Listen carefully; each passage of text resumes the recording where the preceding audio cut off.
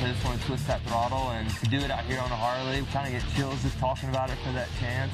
It's going to be bar banging, people falling, crashing, hands down. There's going to be some guys who are going to have hurt feelings by the end of the season. Full shot, lead every lap, win, qualifying for X Games is fly in the air. I don't care if it's a 21-year-old out there or a 40-year-old. Everybody wants to be at that X Games stage. I'm sure it's going to be a war out there. We're all hooligans at heart, no matter how pro we are.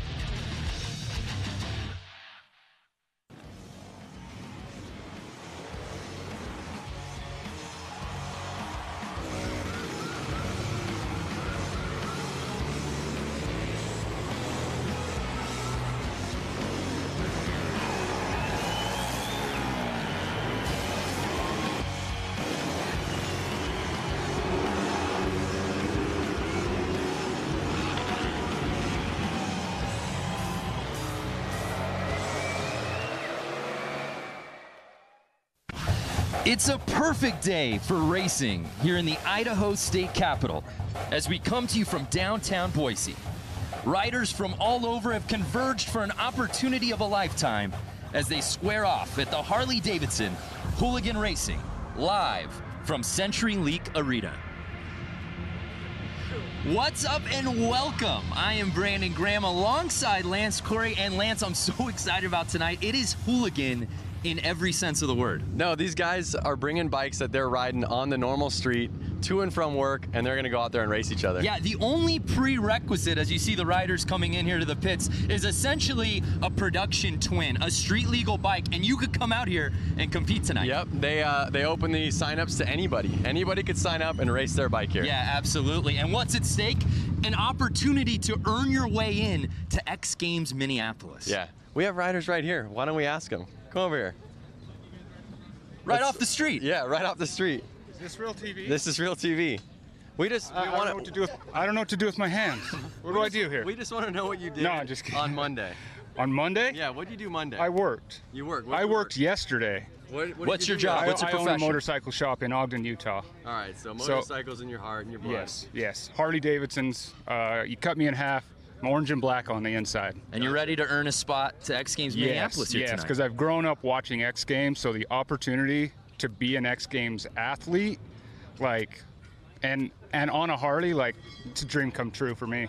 That's Awesome. what tonight is all about. We're about ready to set this thing off. Let's send it down to the third member of our team, live from inside the arena, Diana Dahlgren. Thanks so much, guys. Like you said, plenty of 9-to-5ers, but also some huge names heading into tonight, like Robbie Madison, the Rusty Butcher, Aaron and Brandon Gordado, Tyler Bierman and his dad, Randy, and of course, Stephanie Peets, our only woman here tonight representing. It's going to be electrifying, and they're going to be banging bars. They want the glory. Headed into Minneapolis. Let's check it out. Thank you, Diana, as we come to you now live from CenturyLink Arena inside. There you see the racers hitting the starting lineup, the crowd officially invading in here tonight. Lance, a look at our comp format. If you came for racing, you won't be disappointed because we got a lot of it here tonight. A lot of racers and only a few positions to get. Yeah, we're kicking things off with 81 riders total, broken down into multiple heats, but here is round one, heat one. Some really interesting names on this list, including our top-ranked qualifier, Benny Carlson. Yeah, we definitely have a lot of guys out there, and a lot of guys, and they got to qualify into 4th place, right? That's right. So here's how it works. As you saw, each of those heats, top 4 moving on into the semis. Then, of course, there's an opportunity to get to LCQ, but we walk the line now, taking a look at this rider lineup. As we said before, our top-ranked qualifier, Benny Carlson. There you see there in the 45. Notice a couple guys are wearing leathers, a couple guys are wearing motocross gear. I'm looking for somebody wearing jeans. Is yeah. there jeans out there? I thought we had denim in every heat. I could be wrong. I'm not seeing it out here right now, but let's kick it off. You see in this lineup. Also, Jimmy Hill, who's got a real moto part dropping August 15th, riding out here tonight. And we go. And right out the gate, the 17 bike, Sam Fisher with the overall lead. So we're going to have 10 laps out here. The laps right now are looking like 8 seconds, 9-second lap times. So Sam Fisher getting that whole shot, but will he hold on to it? I don't know. It's a quick race, but guys are banging bars. They got to get top 4. One guy's down already. 18 already down. We saw Benny Carlson in that 2 spot. He was, as we said, our top-ranked qualifier. Does he have enough to pass? The heat is on right now. I mean, this is either you're going home tonight or, you know, or you're going to X Games. An opportunity to ride at X Games Minneapolis on the line here tonight. So one of the craziest parts is these bikes are 1,200 cc's, 600 pounds, and they're on a course that's barely the size of like a basketball. How about Benny Carlson's flare on the kit? I love that. Style points. Already lap 7. 3 laps to go.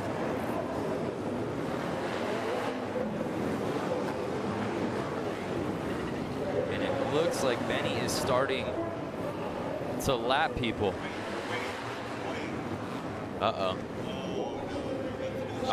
It looks like they threw the checkered flag early, Lance. We were on finishing lap 8. Uh-oh. Unless our counter was off. 88. So that was Jimmy Hill. Freestyle rider and freestyle motocross rider. Yeah, as we said, Jimmy Hill's got that real part of our real series at xgames.com. His moto part dropping August 15th. There you see our top-ranked qualifier, Benny Carlson.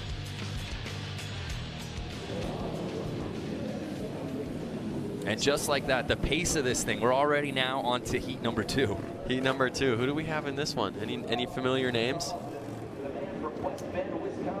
Drew Saunders from Wonder Lake, Illinois in the 00. We see the 34 bike, Jeremy DeRuyter out of West Bend, Wisconsin, 38 years old. And the 12 bike out of Salinas, California, AJ Kirkpatrick. Chris Boone, number 13. Out of Goodlettsville, Tennessee. These guys are ready to go. They're wanting top 4 right now. Yeah, here is our starting list for heat number 2. So basically, top 4, they're going to make it right into X Games. If they get 4th right here, they're making it to X Games. Exactly. So you're getting some pretty good excitement just right out of these first heats. Again, 81 riders out here today that will be cutting in half, that will be moving on to X Games Minneapolis. Oh, slow your roll there, Jeremy. And we're off. And it looked like Robert Bush, who got the whole shot, he's got the early lead here on lap 1. Keep an eye on 44, see if he can stay out front. Right now, Bush is in that lead. And it should be... Oh, and it looks like the 13 bike having a little bit of trouble there. Chris Boone.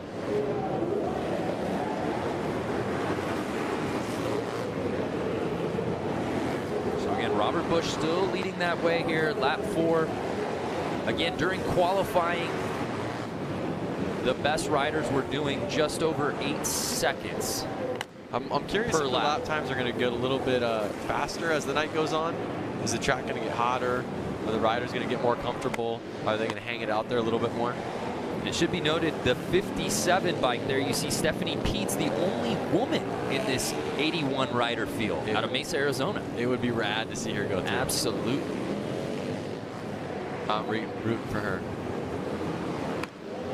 There you see Kirkpatrick.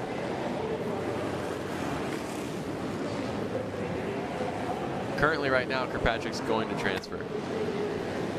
So keep your eye on that 12 bike. At this point, it looks like he will be that last one getting in. Uh-oh. Oh!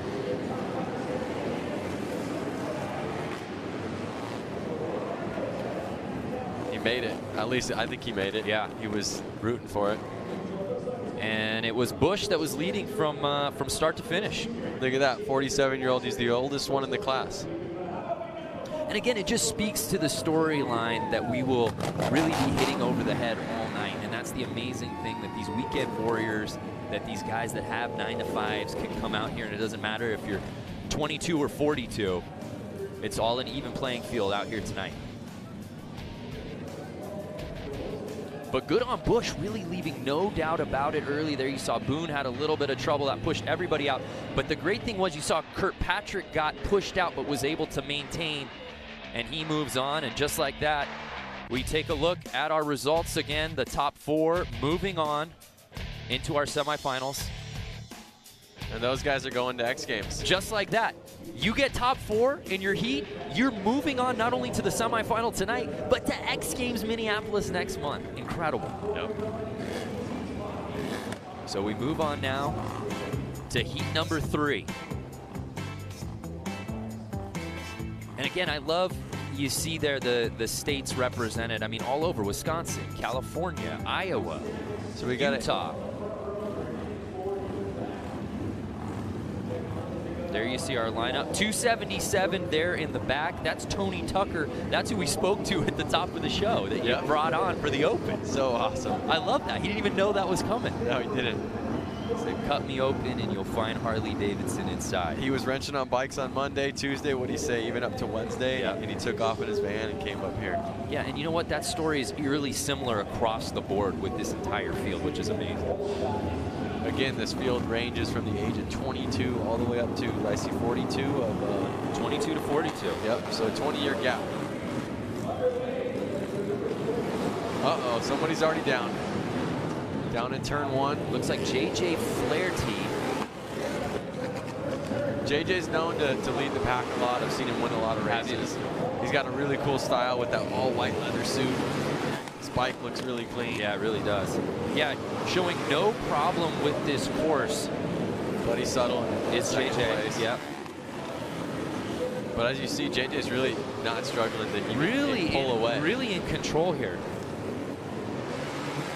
Oh, and it looked like someone went down on the other corner. JJ lapping him.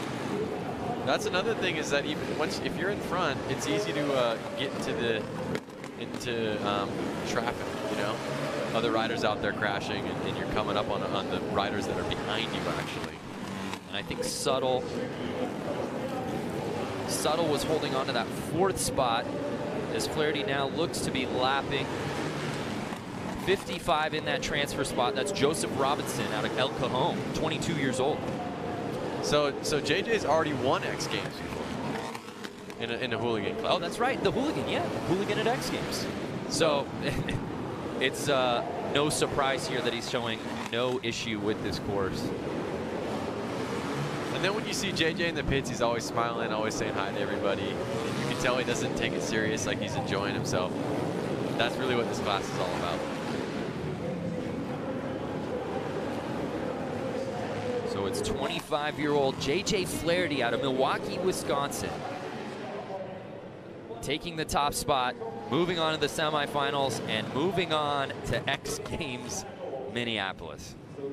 That's what I love about this Road to X Games qualifier here in Boise that we debuted last year, but it was just skateboard and BMX. Now to add Harley Hooligan in the mix, and to see all of these riders, non-professionals, come out with an opportunity to move on to the ultimate stage. It doesn't get any better than that. But there you see Flaherty just got the whole shot. Just showed no issue whatsoever.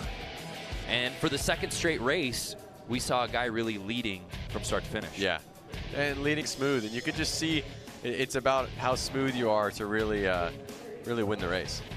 So our guy Tony Tucker just finishing out there in that 6th spot. He'll still go to the LCQ though. Right. He still has a chance to make it. Still plenty of racing to go. And we move on to heat number 4 here in qualifying. And there's a pretty big name amongst that crew. There you see 122.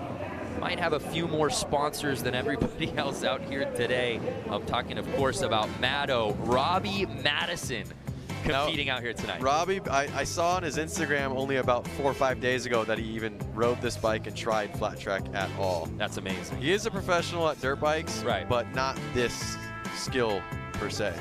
Also in this group, the 25 bike, Dan Louders, who competed at X Games Aspen in the snow hill climb, along with his brother. And once again, they own a Harley Davidson dealership. You know, they're probably working 40, 50, 60 hours a week, and they're doing this for fun. And obviously bragging rights. Could he, in the same year, get into X Games Aspen and then the summer edition in Minneapolis? Not many athletes get to do both. Yep. And you're talking about an amateur getting out here with the potential to do just that.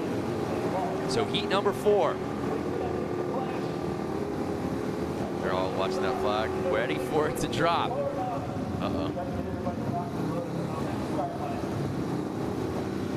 Notice some of the guys aren't wearing goggles, and they're off. Wow, and it looked like Daniel Mischler, 77, got a really good jump. Matto's right there, and Yeah. he's at 5th place right now.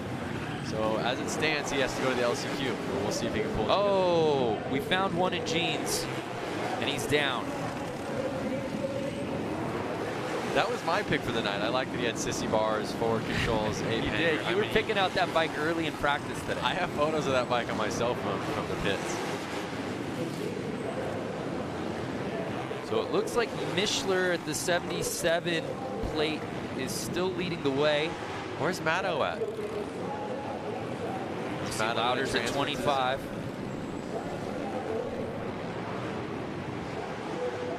Uh-oh, another guy down.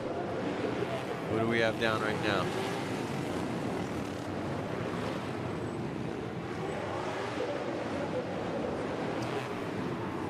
Already now in lap number 8.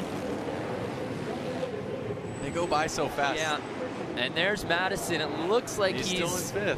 Middle of the pack. He's gonna need to move up 122. Robbie Madison. Oh, and he got him. And he does the pass on the low line and is able to get into the top 4. Can he hold on?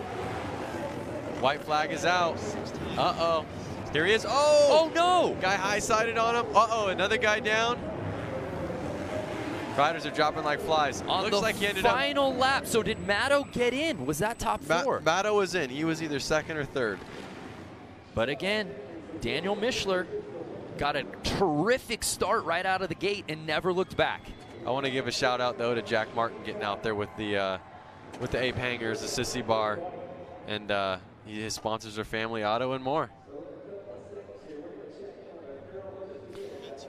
And Robbie Madison holds on to that 4th spot. He will be moving on to the qualifiers along with Daniel Mischler, Dan Louders, and Dave Kilkenny. Dan's making it. Dan's going to be, he was Wow, from summer to winter.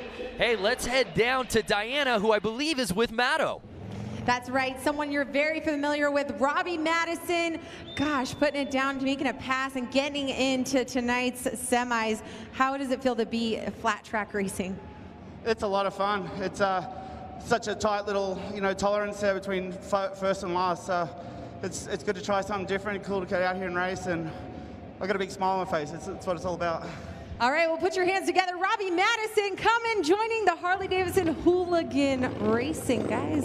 Well, it's exciting. Thank you, Diana. Yeah, no shock to see Robbie Madison on the X Games stage. I just never thought it would be via Harley-Davidson Hooligan Racing. Yeah, exactly. Yeah, but it's amazing. And again, as you said, Louders, I love that story. To be competing at X Games Aspen and Snow Hill Climb, and now he's doing summer. That actually puts him in some elite company. It really in does. terms of athletes who do both winter and summer over the years. And I think if you were to have asked him about X Games 2-3 years ago, he would have never thought he would be competing in both of them. So we move on now to heat number 5. You took a look at that lineup as they come in. They're literally coming in across the street. The pits are just a street light away from the stadium. Yep. So they actually have to stop traffic so they can come through down into the arena floor. It's pretty rad. I see a lot of Harley hooligans out there. A lot of, I see Mikey Virus. He's been in the lead a couple of times at Flat Out Friday. The list kind of goes on. But so there's some notable riders here. Bike number 119, Craig Reynolds, 21 years old. Not only is the youngest rider in the field, he is a local boy out of Boise, Idaho. That's nice. So he probably slept at his own house tonight. Not only that, probably he's going to have the loudest cheering section. We also have the oldest rider in this heat, Brad Spencer, out of Gilroy, California, the garlic capital of the world, 56 years old. Yes, that's true. Our head of research, Vince. Is that true? Uh-oh. Fonz is down already.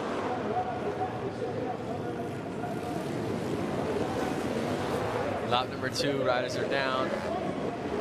So Danny Holbus with the lead. Brandon Gonzalez. But Craig Reynolds in that second spot, the Boise boy. Mikey Virus is fighting for 3rd place right now. And there's always the question too, Lance, of obviously you want to get into the semis. How important is it for, oh, we see a pass there, to win qualifying, right? Because we see that certain guys like to be the top-ranked qualifier. It's not just enough to get into the top 4. It teaches you how to be out front and builds your confidence and proves to you that you can win. So it's a lot nicer going into your second race knowing that you can win it. So we saw 56-year-old Brad Spencer make a really nice pass earlier. And he's behind Brandon Gonzalez out of Buena Park, California. Brandon's another one that I personally know. He's actually a CNC welding machine salesman, and he travels the United States selling welding machines that are CNC welders. That's amazing. So this might have been a business trip for him that just coincided maybe with him racing here at Harley Hooligan.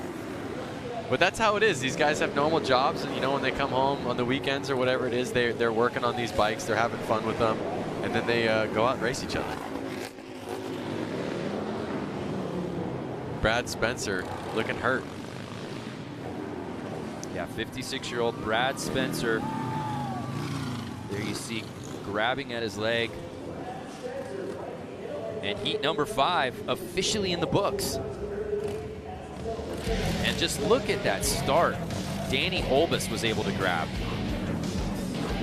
Bonds right down, barely even into turn 1. And look at that right there where Spencer makes that pass. That was textbook, Lance. Just hugging the inside corner. You could see the confidence in him when he had his eyes on the prize for sure.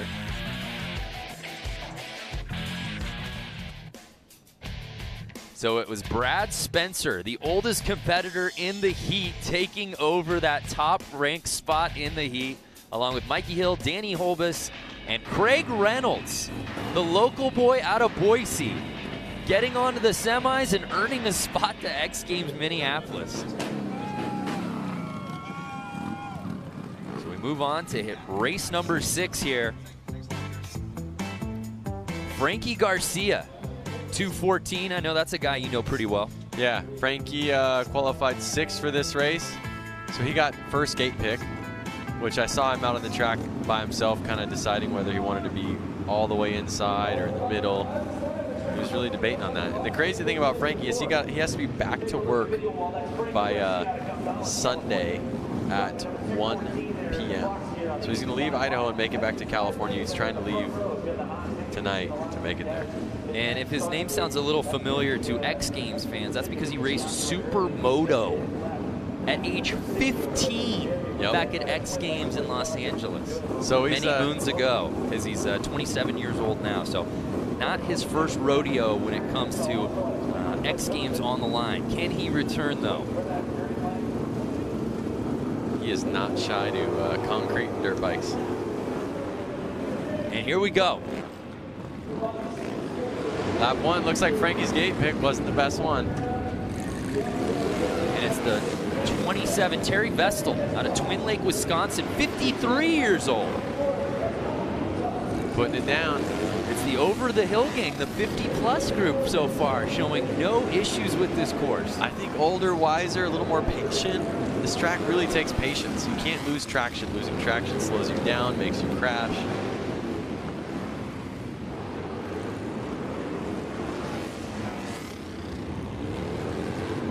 Just joining us, 81 riders out here today. We'll split that number in half to move on to the semis. I saw a rider with jeans and a flannel. Already lap number 6. And this one's closely contested. Oh, there is a guy. The 36 got a little squirrely on him. Oh no! And the rider right behind him goes down. I think that was Sean Gardito. I think so. That was the only casualty, it looks like. No one else went down. His air filters flew off. Oh, and 24 goes down. Oh, and he's taking another guy out. TJ Tucker trying to make the pass. And he was in that 4th, he was in the transfer spot. Oh, no, Lance. See how fast things can change when you're racing? Especially out there on that small track. What a finish. He'll make it to the LCQ and hopefully pull through. That's as good of a race as we've seen so far tonight. Dramatics saved for the end. Poor TJ Tucker. His road just got a lot tougher to make it into the semis as we take another look. It was Terry Vestal earlier, and then we see Tucker. If they touch tires, it just pushes you down. You could see it was a yard right sale right there. Air filter everywhere. But again, Vestal left no doubt about it. Got the whole shot and never had anyone in front of him.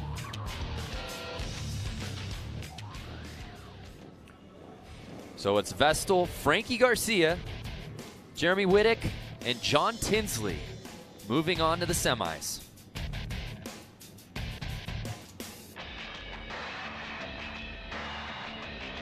This one we have Rusty Butcher out there. He's definitely, he's won a lot of these hooligan races. I think he qualified pretty high up today. He qualified in 7th place. Now, if you don't see Rusty Butcher's name up there, for legally speaking, that would be Mark Atkins, number 22. Also in this group here, heat number 7, Tyler Bierman, a guy who's no stranger to the X Games stage. And also riding with Tyler, the number 5 plate right there, Randy Bierman, his father. So one of the cool things to think about is number 3X, Scott Jones. He's actually works for SpaceX and builds the rockets that are going up to Mars. And Randy was having his way. He actually qualified above Tyler for placement tonight. It's about being wise and patient out there. So 22, Rusty Butcher. The Biermans, number 5 and 653, back to back. But Mark Atkins is completely ahead of the pack. Yeah, and there you see Randy Bierman holding on to that 2nd spot.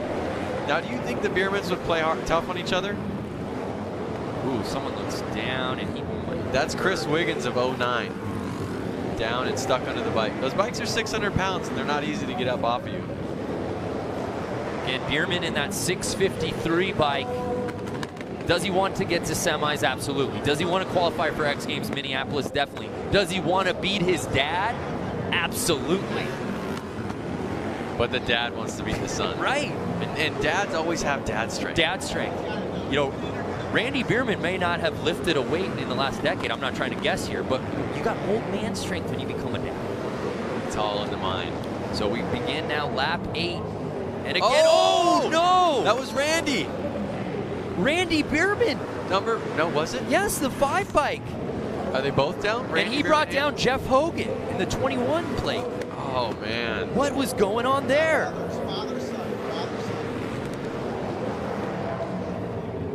Mark Atkins, he's just holding strong. So Atkins, another one essentially down. Passing the crew, and there you see Bierman looking back.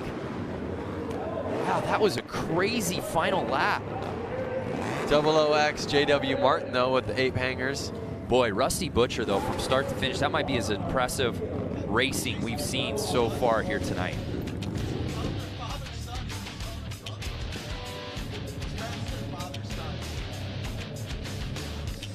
There you see a look at Tyler Bierman, who just avoids the carnage. Was it enough, though, to get him into the top 4? It was. Atkins, top-ranked qualifier. Tyler Bierman, 2nd. Scott Jones, Juan Arceo. And with that, Tyler beats Dad Randy out here at heat number 7. So we have Scott Jones and Juan. They're both. Well, let's head down to Diana, who's with the Biermans. Hey guys, so we are here with father and son, Tyler Bierman, Randy Bierman. Give a big round of applause. Tyler, I was talking to you earlier in the pits, and you were telling me how your dad was kicking your ass earlier, and now here he is. He went for the fall, but hey, what a great race between you two. Yeah, the thing is, we got to get top 4, and you just got to stay on 2 wheels out there, and Rubin's racing, and you know, you get to lap traffic quick, and it's inevitable. It happens. It got me in practice 3 times, and unfortunately it got him when he was in 2nd. We would have both made it to the main and X Games, but I know he's a badass, and he'll be back out there in the LCQ and put her in the show. That's right. You're getting a 2nd chance. You went down, unfortunately, almost made it into the semis later on, but you're going to the LCQ, which is important. Yeah, I'm thankful I got one more chance. I thought I had it. I was just trying to be smooth, and I got a little anxious there. I should have calmed down a little bit. Hey, you were super fast out there, but you get a second chance. I know, I'm bummed, man. I just want to go to the X Games. I'm going to be like 58 years old. I gotta get in there. Well, Randy Bierman, we're going to see if he can take it home in the LCQ and head off to Minneapolis X Games. And thanks, Bierman. Biermans, both the Biermans. Back to you guys. I love it. Tyler giving Dad Randy a pep talk. You'll get in there, Dad. But the thing is, Randy was racing so well. Randy was ahead of Tyler. He was in that second spot. He was. So this is our final heat in the round of one. Partner, this thing is flying by. Some really interesting names. One to keep your eyes on, 44X Dan Jacobson. Dan actually helped build the scaffolding for US Bank Stadium, which is where we host X Games Minneapolis. What an extraordinary story that would be if he could end up racing there at X Games Minneapolis in a stadium he helped essentially build. That's definitely some bragging rights to his coworkers when he goes back to town. Like, hey, I raced in the stadium we just built, for sure. So this is our final heat here in round number one. Of course, we'll be having LCQ races and then the semis, which would lead us eventually to our final. So again, keep your eyes on 44X. He's really shooting to make it into the X Games so he can race in his hometown in the stadium he had a part of building. So there's a look at our lineup. 429, Ricky Renaro out of San Jose, California, 27 years old.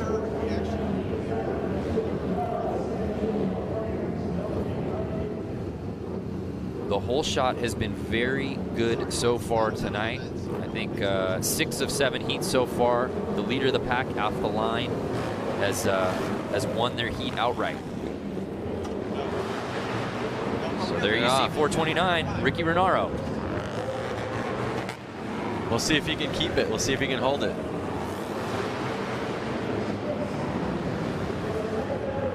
I want to know where 44X Dan Jacobson is.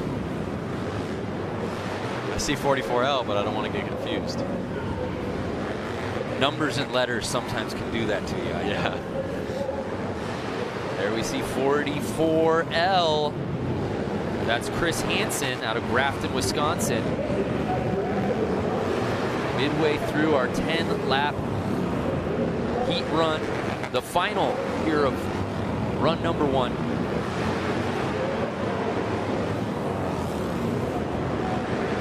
So is he going to pull it? 7 laps in, it looks like he's held the lead. And who's down? Someone just went down. We'll wait to see a number on that. And right now you see that 829, Brendan Foley trying to hold off. Is that Chad Tyson, 87? 37. Another bike Todd down. Canavan.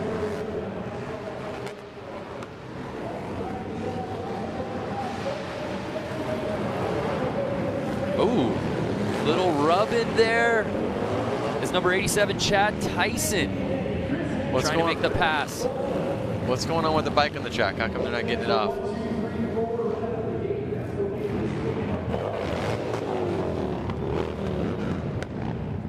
Notice some of the guys have dirt bike helmets, some of the guys have street bike helmets. Yeah, it's really a hodgepodge of kits out here tonight for sure. We take another look, little squirrely there for that number 37, Todd Canavan. And there was good battles going on between Brendan Foley and the rest of the field, but it was Ricky Renaro who really got a great jump, and he qualifies first out of this heat. So it's Renaro, Nick Leonetti, Chris Hansen, and Brendan Foley moving on to the semis. Unfortunately, Dan Jacobson's going to go to the LCQ to bring it home for his hometown. Yeah, we'll see if he can get local and get back to Minneapolis. But run one officially in the books. We now are going to be moving on to the LCQ here at CenturyLink Arena. And again, if you're just joining us, it's Harley Davidson Hooligan Racing. And to hear more about everything we've got going on here, let's send it back down to Diana. You guys, we're down here celebrating Harley-Davidson Hooligan Racing and X Games coming together. You guys are going to want to not miss these awesome stickers that have came out. You can head over to h-d.com/X Games. Get your commemorative sticker while you can, because supplies will not last and they do not cost anything. Head on over to the website. Thank you, Diana. I saw you grabbed a few stickers. I'm already logged in right now. I'm getting more. I saw you completely covered your Trapper Keeper where you keep all your notes. That's actually your Trapper Keeper. That is my Trapper Keeper. Why are you putting stickers on my things? So as we see right now, they're getting the course ready for that next round of racing. Anything shock you out of that those 8 heats we saw there? Look at that bike with the chain stuck up there. That's why it was stuck on the track. Well, as we talked about before, Danny Jacobson, who did not make it in the semi, he'll be jumping into the LCQ. But long before Danny knew that the Summer X Games would be held in the U.S. Bank Stadium in Minneapolis, his job was, as we said before, helping to build it. Now his goal is to race there, and that's #1 on his agenda tonight here in Boise. I didn't move out to Minnesota until I was 18, but I started setting scaffold. I got hired with a company that had a big contract with the U.S. Bank Stadium. So I went in there when it was still gravel and there was no roof on the place. And I mean, if it rained outside, you were getting rained on inside. You know, having the opportunity to be, you know, one of the people that helped build it and be part of the attraction that draws people to that place is something else. I mean, you know, for me, I build scaffold, so after 160 feet or something, it's not about how fast you're gonna hit the ground anymore, it's just how long it's gonna take you to get there. And you're looking down and you're like, whoa, you know, then you realize you're there for a job, you know, and that's how I'm looking at this whole situation. My job is to be the fastest qualifier I can possibly be with the equipment that I have a front row start, whole shot, lead every lap, win. Qualifying for X Games is why I'm here.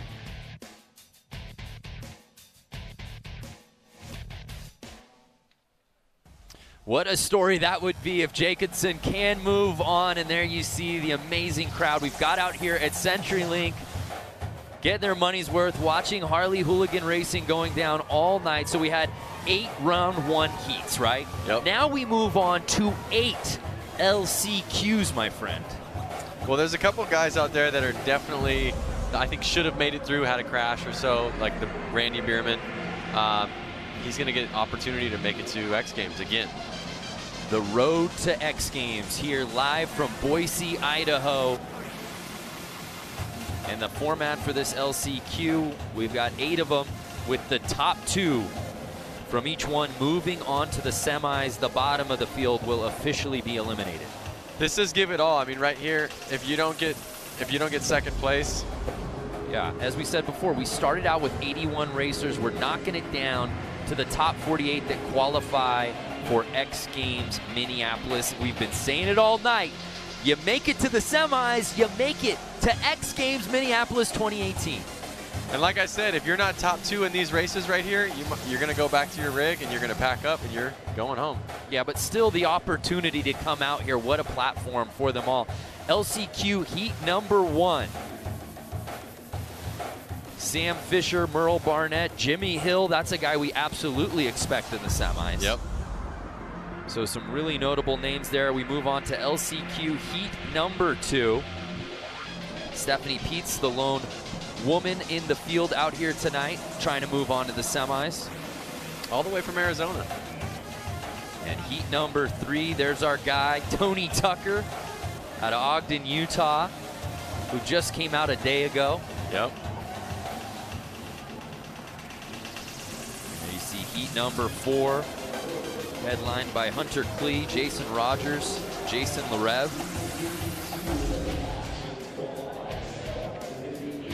Heat #5, Brandon Gonzalez, Patrick Evans, Richard Hicks. Heat #6, TJ Tucker, a guy who was racing well but went down. Sean's in that one. He probably had to work on his bike to get back out there. And there you see heat #7. All eyes will be on Dad. We're just calling him Pops out here tonight. Randy Bierman, who was holding that 2 spot and unfortunately went down. He's going to have to try to qualify the hard way. And there's our LCQ final heat #8. So we got our LCQs coming up, but how'd we get there? If you're just joining us, highlights from round number 1.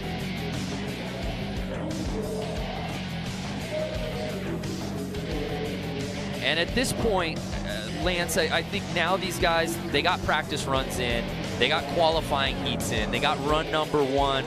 They've got to be as comfortable as possible. Do you expect to see a little bit more rubbing out here with so much on the line? They kind of got their first jitters out the way. The gate's already dropped. They know where they stand. They know what they have to do. They, well, you see that crash? Oh boy, he slid across the whole field. You know, I think now, like I said, they want to make it to X Games Minneapolis, and they know it takes 2 positions to get there. And I think they're going to hang it all out. And let's not forget, the heats are now smaller. Yes. We're not seeing 10-plus guys out there. So the potential for carnage a little bit less, but again, what's at stake? An opportunity to get in the semis, to get into X Games Minneapolis. You know they're going to go for it. Less riders on the track also means that there's an opportunity to go a little faster. Right. Less people in your way. Track seems a little bit bigger when less guys are out there. Now, we certainly saw some falls throughout round number 1. How about success stories, guys who really led the way from start to finish? Anybody stand out in particular to you that we should really be looking forward to watching in the semis a little later? I mean, Mark the Butcher, he definitely, when his race, he looked like he was smooth the whole time. He was calm, confident. I never saw any struggle out of him, and he led the whole race and took it home. So my money's on Mark, if you're asking. Mark Atkinson. Who's your money on? Boy, I want to pull for somebody who's not in semis right now. Ooh. I like the Cinderella story. I'm a big fan of just Jimmy Hill's riding and his style. Of course, he's got the Real Moto part dropping in August that we're all excited about. Give me a Randy Bierman. I just think it's amazing. He was riding so well in qualifying and was holding on to that 2 spot. Looked like he had it sewn up getting in the semis. He's a hungry man. He is hungry. And his son beat him. And he's 57 years old.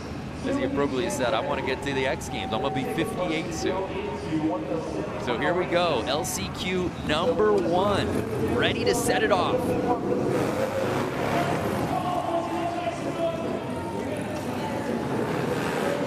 Looks like number 74, Josh Sanger, getting the early lead.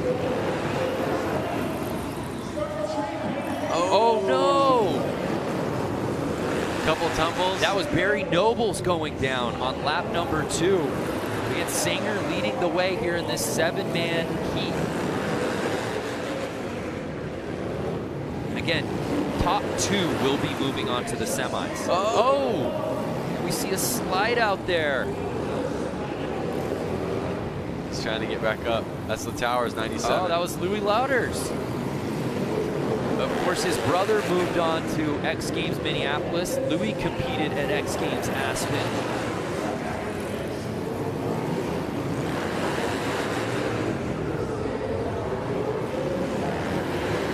Louis had just missed the podium in Aspen. Finished 4th place in the snow hill climb. But again, it's not about top 4 here. It's top 2 if you want to get into that semi. We know Josh Sanger's holding on to that spot as they're completing lap number 8. Who's going to be joining him? Notice the Towers is back out there, back battling. Did he? Oh! Is he in the lead right now? He just passed him. He went highline and just passed Sanger. But is he coming back? On the 9th lap.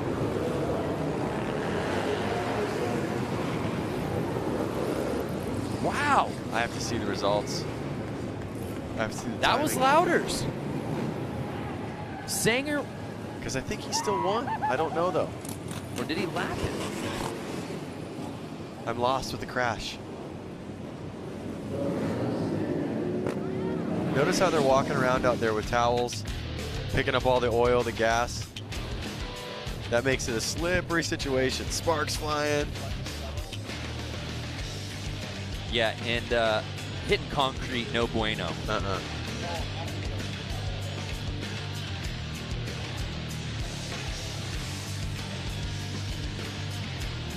All right, I'm looking forward to seeing the official results.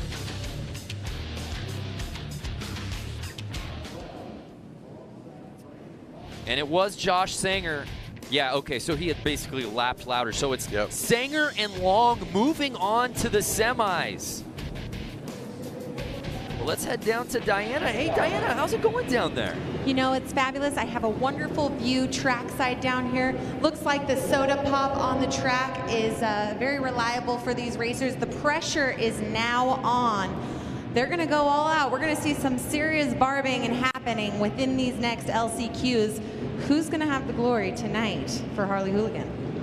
Great question, Diana. You know, she brings up a really interesting point with the soda pop as you take a look at the format. For those who might be unnuanced or uninitiated, we're not lying.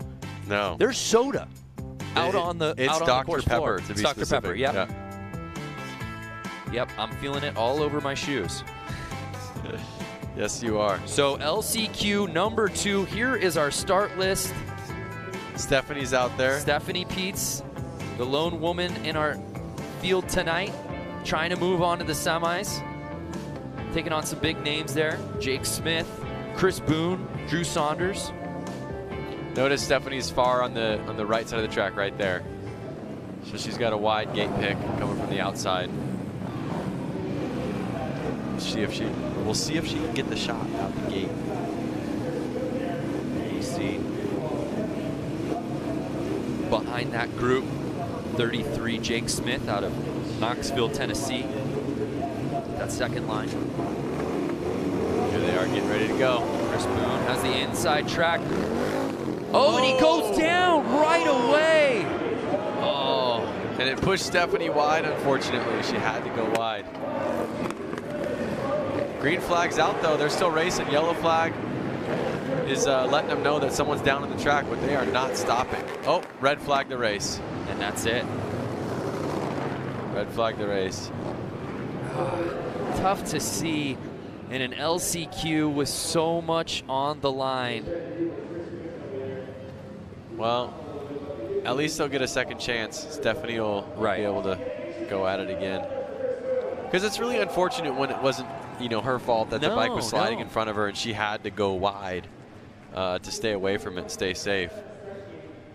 But there's just such little ground to make up on such a small course that something like that detours. And I mean, especially when you look at the qualifying sheets, there's 86 or so riders out there, and the lap times are in the 8 seconds all the way up to 56th place. Right. And then the slowest would be 11 seconds. Right. So, I mean, you're really splitting hairs here for lap times. So we restart the race. The field obviously getting a little slimmer.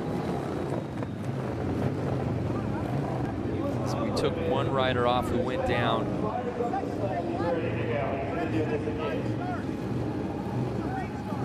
Again, Jake Smith holding on to that inside spot. It was 9-11 Jason Clements who got the hole shot.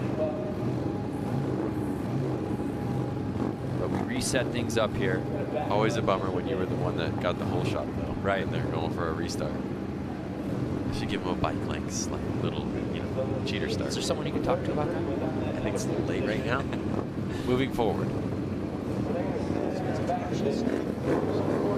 Is it? A partial stagger to start. Oh no! And bike issues right out the gate. They're going to keep it going. And again, Jason Clements with the terrific start. And now it's a race for second early. It looks like Chris Boone with the pass.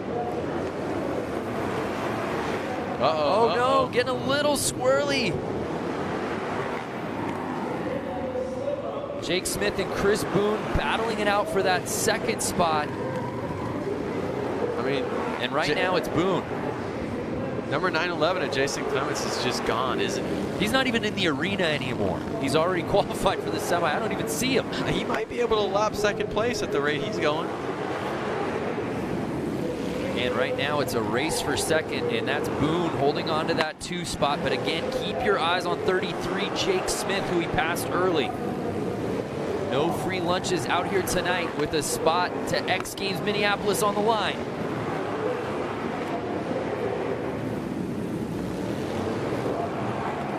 Now, one thing to think about is the track's getting warmer and warmer as they race, which makes it stickier and stickier. So the traction is changing from race to race, and if you were earlier or later now. So it's kind of new every lap almost. Final lap. Is Smith going to be able to grab Boone for that second spot?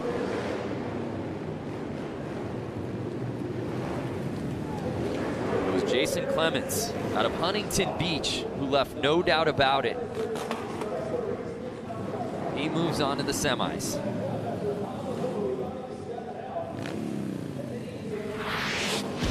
I'd love to see the lap time on that, because Clements was absolutely flying. And there you see where Boone makes the pass. And I don't think anyone ever touched him after that, but 9-11 taking the top spot. Final results in, and it's Jason Clements and Chris Boone going 1 and 2. They move on to the semis. 3, 4, 5, and 6. Their day is over. Well, let's head down to Diana Dahlgren. Well, all of the arena just had their hands together for Stephanie Peets on the number 57 machine. Girl, you are putting it down out there, holding it strong for us ladies out there. It's crazy. It's like so insane to compete with all these guys that are so good, but it's so much fun. I have to do it. It's crazy. All right, so talk about your LCQ, talk about the heat. Let us know what's happening out there. So I'm just trying to stay out of the way of any craziness. Honestly, I just don't want to die. As long as I keep it shiny side up, I'm good, happy. All right, we'll give a big, huge round of applause. Stephanie Peets keeping it on 2 wheels here, Harley Hooligan. So Peets unfortunately not moving on to the semis, but still a good showing. And it's just a tough one too to come back from, Lance, especially after the restart. I know that's got to take something out of the riders. Oh, it does for sure. I mean, they had to do extra laps. They did 2 extra laps than they should have. And your energy level, you were excited or you were, it is tough. So there's a look at our start list here for LCQ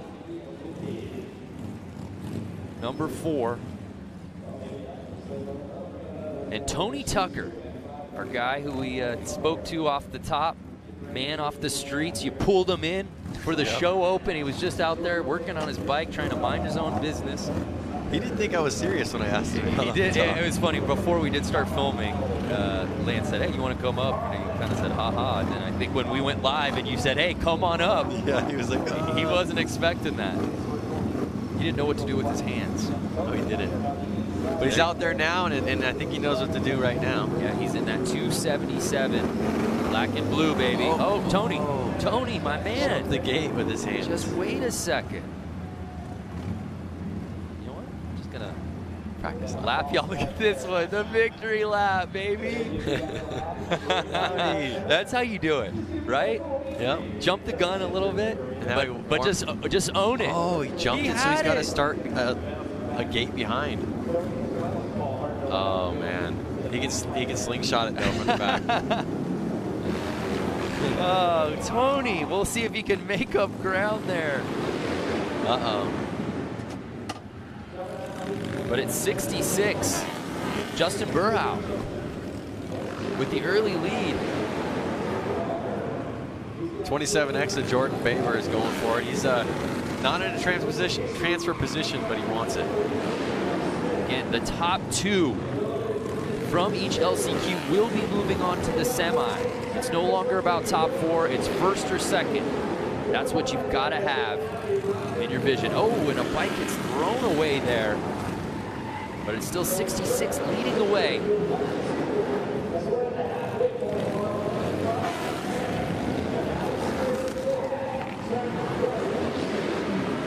Jordan Baber. I see him kind of falling into their rhythm, and I'm not seeing a pass right now. And they're kind of. Uh-oh. Don't speak too soon. Oh no! Jordan makes the pass, and down goes Burhow. Wow.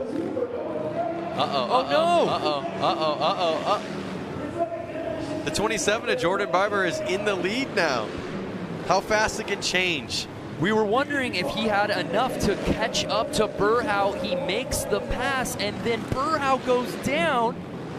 And just like that, Jordan Baber takes the win here in the LCQ. And our guy, Tony Tucker. And was that Tony Tucker in the second spot? Yep.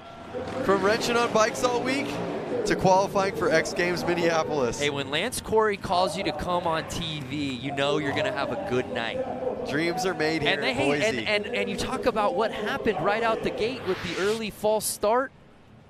Just like that. So he jumped the gun. And look where he's got to start from behind. Yep. And makes his move.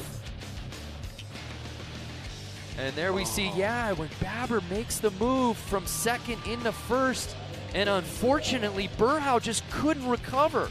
I thought he was going to run the bike around the entire course. Dreams are made in Boise. And Tony Tucker. What more can you say about our guy out of Ogden, Utah? Getting that second spot, moving on to the semis. Jordan and Tony will move on to the semis. Let's head down to Diana, who's with our friend, Double T. What a race, getting the whole shot, crashing, then coming back, and you are going to the X Games. Tony Tucker, it looks like you know what to do with your hands. I guess so. This is a dream come true. I red light, got to start from the back. I knew if I rode a smooth race, I could hope for the best and get around those guys. Made it happen. What is going through your head right now? The fact that you lost the whole shot, went down in a race. I mean, the thought of X Games must have been out of your mind at that point, and now you're going. I don't even know what to say right now. I'm at a loss for words. All right, well, congratulations. Give a big round of applause, Tony Tucker. Yeah, just an outstanding story, and just this is why we do this, Lance. I mean, it's just a beautiful thing. We talk about all these guys being amateurs, weekend warriors. So many of the guys competing out here have a similar story to Tony Tucker. But to see dreams actualized and now moving on to X Games Minneapolis, just outstanding. I mean, the chance that the opportunity we had to talk to him earlier on in the day, right. I have a big grin on my face knowing that, you know, he's going to make it to X Games. I love the bikes with the ape hangers. Ape hangers and sissy bar. Just to tell you, that is like the hardest bike to ride on the track. Bar's that tall, his feet are forward. That bike it screams not for turning, especially in that tight of an area. And again, one of our favorites in jeans, no less. Jack Martin, 63, 182, that's Hunter Klee. And 100, Joshua McDonald out of Murfreesboro, Texas. I hope I'm saying that right. And right out the gate, it looked like McDonald got the early lead, but no! Some carnage around the corner on run number one. The 182, a Hunter Klee down in his peak gear. And we have the red flag. Look how let down Jason Lerev, number 2 is. Oh, out of Sun City, California. Are you kidding me? Yeah. The lead in the LCQ, but let's see what goes wrong there, Lance. I mean, they touched, and that's just, when you touch on a track like that, you're going down, basically. Rubbing is racing. But rubbing will also put you on the ground. So we restart this thing, 10 laps. So now these guys are technically doing 12 laps. So at this point, they're cleaning up right now because there's gas or oil or some sort of fluid on the track. Something's on the course. Makes it like ice. So they got to get it off before they can start riding. They don't want it to be too dangerous. It's already dangerous enough. And my boy in the jeans, number 63, Jack Martin. So 182, Hunter Klee was in a really enviable spot. Now he moves back. And it's Jason Rogers, number 3. But keep your eye on number 2. Yep. Jason Lerev, he had the lead. Let's see if he can pull it again. And yes. Oh, no. No. P2 right now. Number 3 of Jason Rogers in the lead. So Jason Rogers has the early lead, but there you see again, Lerev starting to make his move. He's holding on to that 2 spot. Jason Rogers slided in. Uh-oh.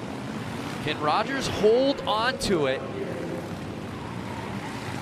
I didn't know any better, I would say he's wearing sunglasses, Lance. I think he is wearing sunglasses. Uh-oh. Oh, a little bit of an issue there.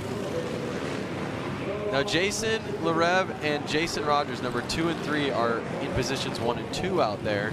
They're both in qualifying positions. Do you think that they're going to play it safe, or are they going to battle it out for first? Yeah, I think Larev's got to feel pretty good right now. Or excuse me, Rogers. Yeah, I think you're right. It doesn't look like Larev is really pushing on Rogers at this point, unless he's trying to pick his spot final lap time. But as we complete 8, it's still Rogers leading the way. White flag's out, 1 lap to go. Uh-oh, they're pretty close now. Can he do it?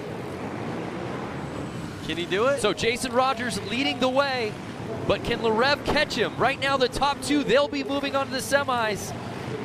And that's how they'll finish. 3 and 2 finish 1 and 2. Jason Rogers takes the top spot, and Larev right behind him, holding on to that second. A clean race from the get-go. Well, I guess from the second get-go.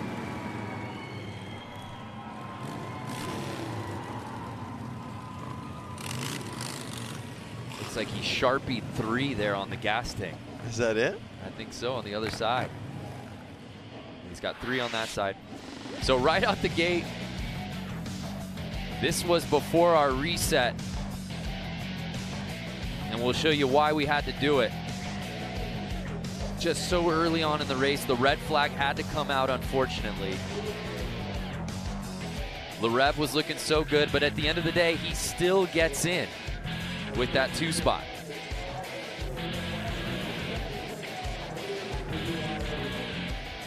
There they are, stoked for each other. Both making it to X Games Minneapolis. A spot in the semis and a spot in X Games Minneapolis for those 2.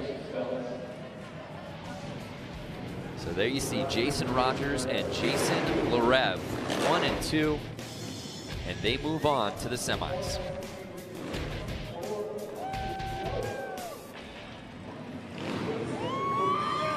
Fans out here at CenturyLink excited, and we're just halfway through this thing, man. I know, it's incredible. Well, the great part is the semis are going to get even gnarlier. So here's a look at our lineup for our next LCQ. Richard Hicks in that 07 jeans, another jeans guy. What would you wear if you were out there? Yeah, probably what I'm wearing right now. Skinny jeans? They're regular jeans. Those are not regular. I can't help the way they fit me, Lance. So here's a look at our lineup. Jason Schreffler in that 11X. And again, 67 with that inside position. Jordan Hooped out of Random Lake, Wisconsin. Just some random lake. That's the name of this town. And they're off. And it's, yeah. Jordan getting that early lead. A little outside, makes his way in. With Jason Schreffler behind him in that 2 spot. 67 of Jordan. Hod's the youngest one out in this race right now, 20 years old. You think that's because he's got the most energy? Might be. But then that flies right in the face of our philosophy of the old man strength that we saw earlier today. We need to stick to one principle. I'm trying to figure it out. So that 67, Jordan still leading the way, but again, 11X Jason Schreffler right behind him. As you said before, is he going to play it safe, or does he know I'm in that 2 spot? Just don't mess this up. Looks like they're getting pretty comfortable. They both know they're going to transfer right now. Yeah. I don't think they're going to push it too hard. I think they're pretty content where they're at. They want to make it to the semis. They want to make it forward. We're cutting our original field of 81 in half to move on to the semi later tonight. Final lap time.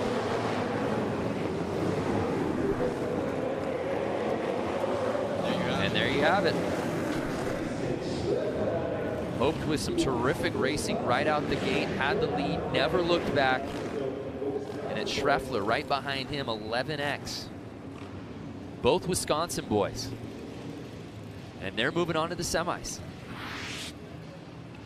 So you saw this early, got a little hairy there with the 71 bike early, Patrick Evans. But Jordan able to hold on to that top spot. Schreffler in 2, and there was no looking back. They were really 1 and 2 from lap 1 on.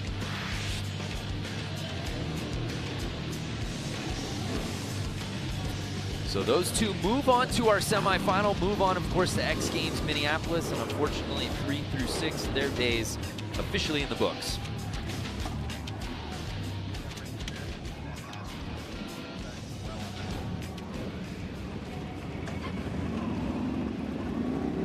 So LCQ heat number 6. I see number 66 is Sean. He had to definitely go back and work on his bike. I saw parts flying off his bike when he crashed in the last race.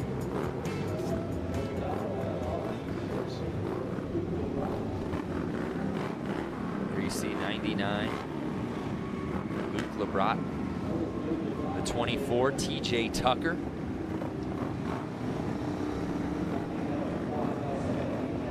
.003, that's Jake Cook. Jay Henley, 22X. Bike 19, Alex Brooks out of Sheboygan, Wisconsin. 37 years old. He's the oldest competitor here in this heat tonight. Just a 6-man field. So they're starting off with a light. When that goes green, that's when they go. Interesting. Thanks for that. So it's Alex Brooks with the early lead, Lance. Who's going to push him as he's forced outside? Can 003 get on the inside? Oh, and we've got a slide out. Was that Tucker? It was TJ Tucker. Alex Cook, 003 out in front now. He pushed him wide. He pushed him wide, and Cook taking over the top spot. From Alex Brooks holding on to that second spot. But don't look over your shoulder, Alex, because you've got somebody on your tail. Jay Henley in that third spot, that bubble spot, trying to move up to number 2. And if you're just joining us, top 2 will be moving on to the semis. And it's still Jake Cook leading the way here. Lap number 7.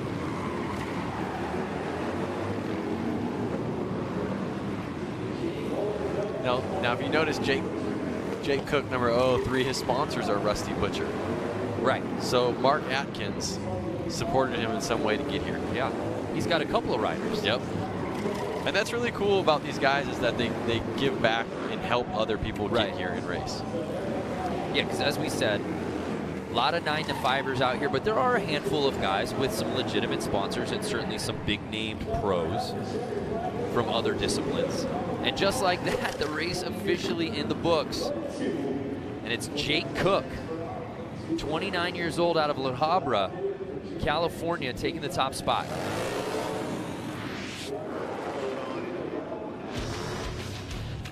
So we take another look. It wasn't Brooks leading the way, or excuse me, Cook leading the way early, but he was able to get to the inside as Tucker was pushed off, and there was no looking back for him. So Jake Cook and Alex Brooks moving on to the semis.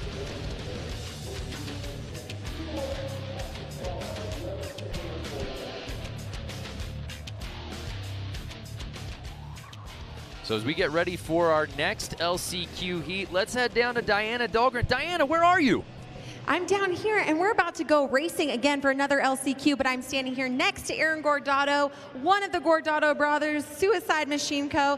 What's the strategy going into your LCQ here? I think going into the LCQ, you got to be safe, ride smart. You got to be quick, but if there's traffic, if there's an accident, if something happens, that you got to account for it. And yeah, there's a lot of pressure getting the top 2 spots now. And just going for it, sticking to your line, but still riding aggressive and trying to keep the rubber side down. You were just watching your brother in the race before, and unfortunately he did not make it into tonight's races. What was the thought behind watching him? I saw him going. He took another pass. He made it into third, and I'm hoping just go, or he got another advance because there were people going down. It's hard to say. It really is. The guy in the front could go down. He could take out 2 people, 3 people. It's a really hard challenge, and you get an advantage to be up front, but at the same time, it's you're fast and it's unsure. You got to make it work. All right, well, good luck to you.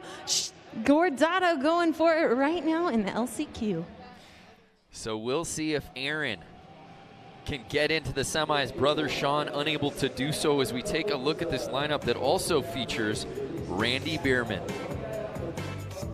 Father, of course, of Tyler Bierman. Randy Bierman was in the 2 spot. He had a spot locked up for the semis for X Games Minneapolis, Lance, and all for naught as he went down right at the end of this race, or of his Heat 1 race, I should say. And it kind of goes back to what the Gardito brother just said, is that at any moment somebody can crash and it can go from first to last place. Right. And that person can also take down the top 3 with him. So there's Bierman, number 5. He's been running this course so well. And everybody's been talking about how well he's been racing. And, you talk in the pits, and even Tyler said, hey, man, he's beating me. He's better on this course than I am. And as Randy said to Diana, hey, I'm turning 58 years old. I just want to get to the X Games. Well, here's his chance. All he's got to do is get top 2. Fast House since 68. There we see Kylie Yee, the 03. Of course, Aaron Guardado. And Chris Wiggins out of Sierra Madre, California, 35 years old.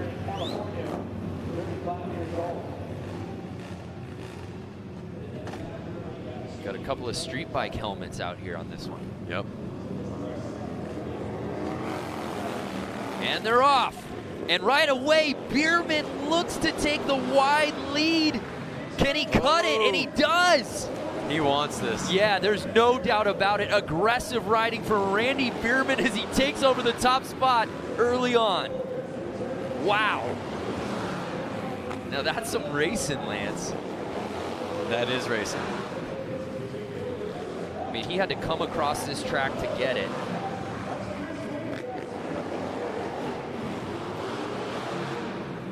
And right now, it's a battle for second.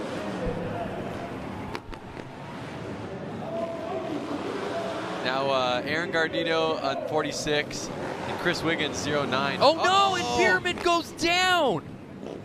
And he had the lead. Oh, heartbreak again, Lance. Man. We didn't get to see it. I'm curious to see what happens, but that's not a spot you want to be with the lead getting into the semis on the line. Poor Randy Bierman. So that puts Aaron Gardito in the lead, number 46, and right behind them, Chris Wiggins, 09. Looks like they're in transfer positions, and they are friends, so they're going to probably play easy on each other, not take anyone out. Try to ride a smooth race and make it to the semis. So Aaron Guardado leading the way right now. Chris Wiggins out of Sierra Madre in that 2 spot. Will anyone catch Wiggins? Ooh. Wiggins right on the inside. He got it. He got it. Last corner. Wow. And you saw Aaron Gardito of 46. He shook his head like, dang it. A win's a win. Bragging but look, I want to just show you, Bierman, how he comes basically from the wide position and aggressively comes over to take that top spot. And we said he's not messing around. Oh, and it just slides out from under him. Kind of goes back to the same thing he said about himself in the last race. He was in the lead, he knew it, and he should have ridden a little bit mellower. He said that in the last interview. Just so tough to see because the mentality was there. Chris Wiggins, as you said, inching with that win last second, but Guardado moving on. That's bragging rights right there. Yeah, Guardado must have been good luck charm talking to our own Diana Dahlgren right before the race. Let's just keep doing it. Diana, I know you're down there with Randy Bierman. Tyler joining us. What you got? Yeah, that's right. Standing here alongside Randy Bierman. Man, what happened? Had the lead. You had it on lock and then went down in the corner. I don't know what happened. I kind of came up on some slower riders and just kind of lost my concentration, and thing just got away from me. I am totally gutted right now. Oh, I know. I can't even imagine what you're thinking. Tyler, you were watching your pops down there racing. What was it like? I was up there and I was filming the whole thing, and we were all saying, you know, he's just got to ride it in, and you know, it'll reach up and grab you that quick. And I literally jumped out of my seat, and you know, my heart broke right there with him, but it's all good. He was riding good, and you know, it's part of the sport. So. Are we going to see you back here next year for Harley Hooligan Racing? Well, absolutely. If Roland Sands will let me ride his motorcycle some more, I would love to come back and redeem myself. All right, well, the people of Boise have enjoyed watching the Bierman father-son duo. Big round of applause for these guys here tonight. Guys, back to you. Thank you, Diana. Yeah, he's gutted. Well, I'm gutted here in the booth. I'm just trying to figure out, is there a wild card spot we can give him for Minneapolis? You want to talk about somebody who's been uber impressive all night long and has nothing to show for it, won't be qualifying on to the semi or X Games Minneapolis. That's just heartbreaking, man. It is. So it's time for our final LCQ of the night. Again, the top two from this one will be joining everybody else who moved on to that semi. And we've got a good group here. Headlined by Dan Jacobson, the guy we were talking about who had a hand in building the scaffolding over at US Bank Stadium, the home of X Games Minneapolis. What a story that would be. I mean, he's going to be home no matter what anyways. He's got to get back to work. Yeah. Might as well be racing at X Games while he's there. That's for sure. 44X, Dan Jacobson. That's the guy to keep your eyes on. Great paint job on that bike, by the way. The Evil bike. So it all comes down to this, our final LCQ of the night. The top two here will be moving on to the semis. 4 of them out there. And it's Jacobson who takes the early lead. 87 right behind him, Chad Tyson. Right now, Tyson holding on to that 2-hole, but it's Jacobson dashing around the corners. But 37 to Todd, he wants it. Oh, he's just stood his bike up a little bit in the corner. You think they're going to ride it out like this? Well, the way Tyson's riding right now, he might try to make a pass here. I'm not sure if that'd be the smart thing to do. Yeah, and there you see now Jacobson trying to hug the corner, not giving anything to Chad Tyson at the moment.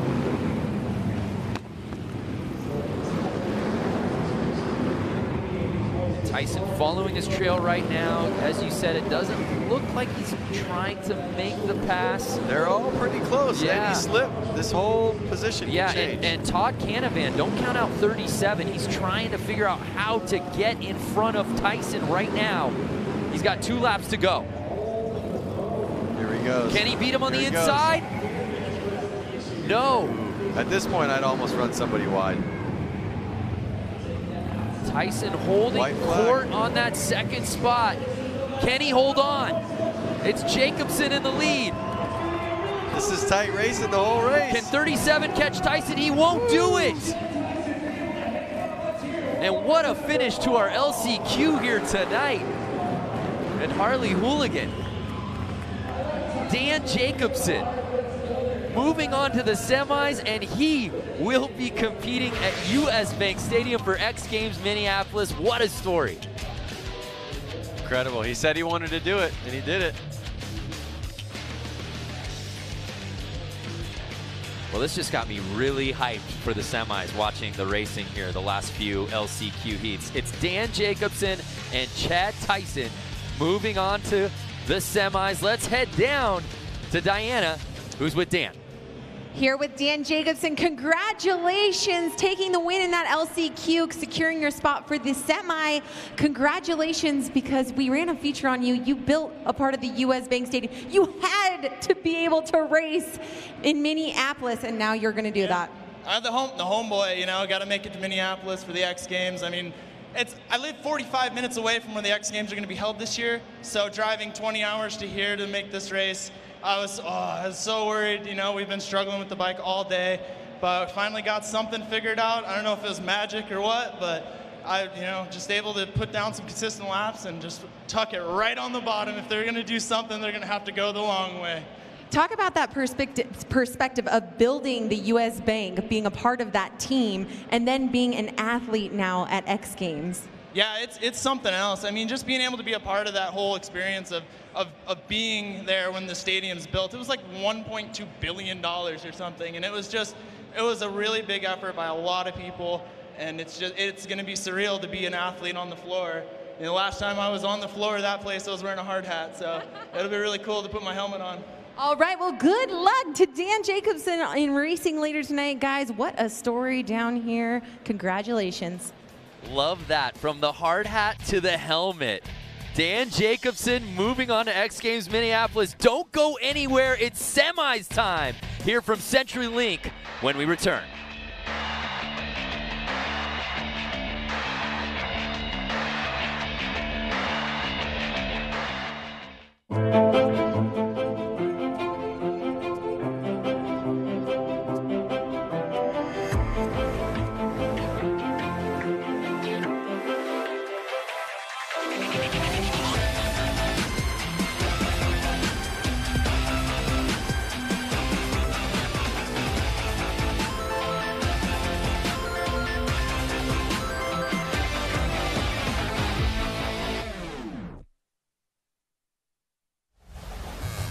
You can't come to Boise, you can't come to Idaho without trying the potatoes, but it's been an amazing home for sure.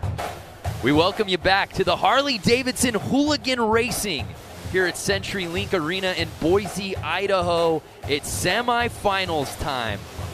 Now, all these riders are trying to make it to the main. There's no doubt about it, Lance Corey. But they can take solace in knowing that each one of the riders we're going to see out here now have already earned a spot to X Games Minneapolis.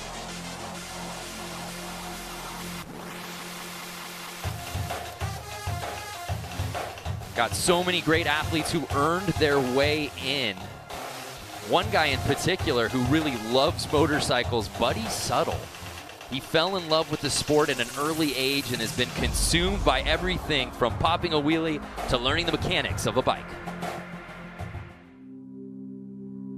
When I was super young, my dad took me to like a poker run, and all the Harleys were out there. I just loved checking them all out, seeing the different styles. And this one guy came out and went out on the street and did a power wheelie and like took off super fast.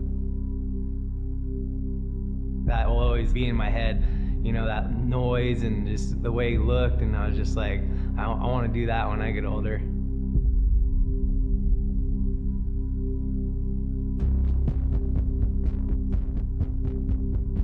When I'm sitting on the bike, warming it up, excitement, that's what I feel, and I think that's what I love about it.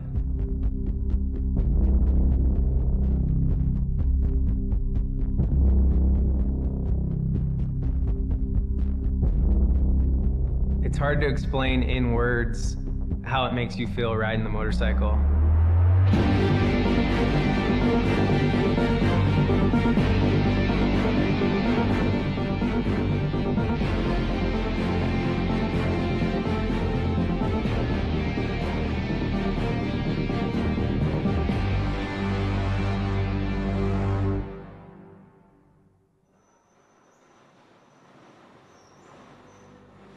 I would wheelie everything. Like, I always wanted to wheelie my BMX bike when I was a kid, who could do the longest wheelie, the best wheelie.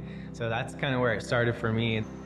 You know, we'd mess around on the dirt bikes when we weren't riding the motocross track. We'd practice wheelies, and then once I got the street bike, doing wheelies and, you know, standing on the seat and doing all that. So when I finally got a Harley, I was like, oh, I'm gonna start wheeling this thing and riding it like how I ride my dirt bike.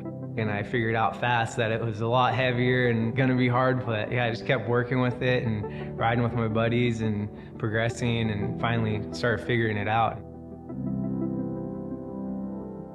About 8 years ago, my partner Nikki, he had a little shop called Unknown Industries, and he was doing stickers and t-shirts, and I was already making a couple little videos on YouTube. He was checking out my Harley and he's like, dude, I just got a Harley actually. And like, he didn't really know anything. He didn't like grow up like me around Harleys his whole life, but he liked them too. And he just got one off a buddy. From there, we just snowballed and we involved like unknown with the Harley stuff and just grew it from there.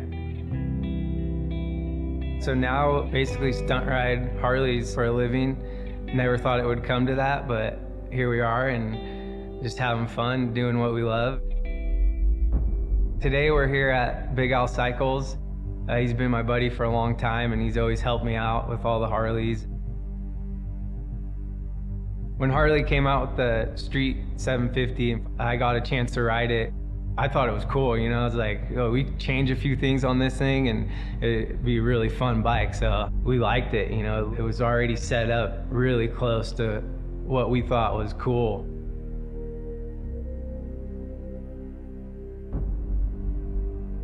For the racing stuff, you know, put the good tires on them and change your bar setup, and we chain drive them and, you know, little upgrades, but, you know, not too much. And it's just fun going out there and racing with your friends and having a good time.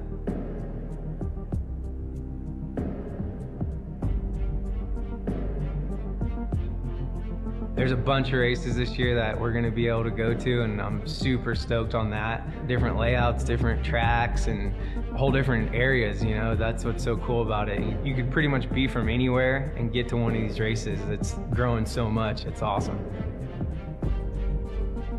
For the 2018 season, we want to grow and get all our buddies in there and involved racing the flat track bikes. So we got 4 of them now, and maybe we'll have more later, but yeah, we're gonna get everyone involved. Anyone could be a hooligan racer, for sure.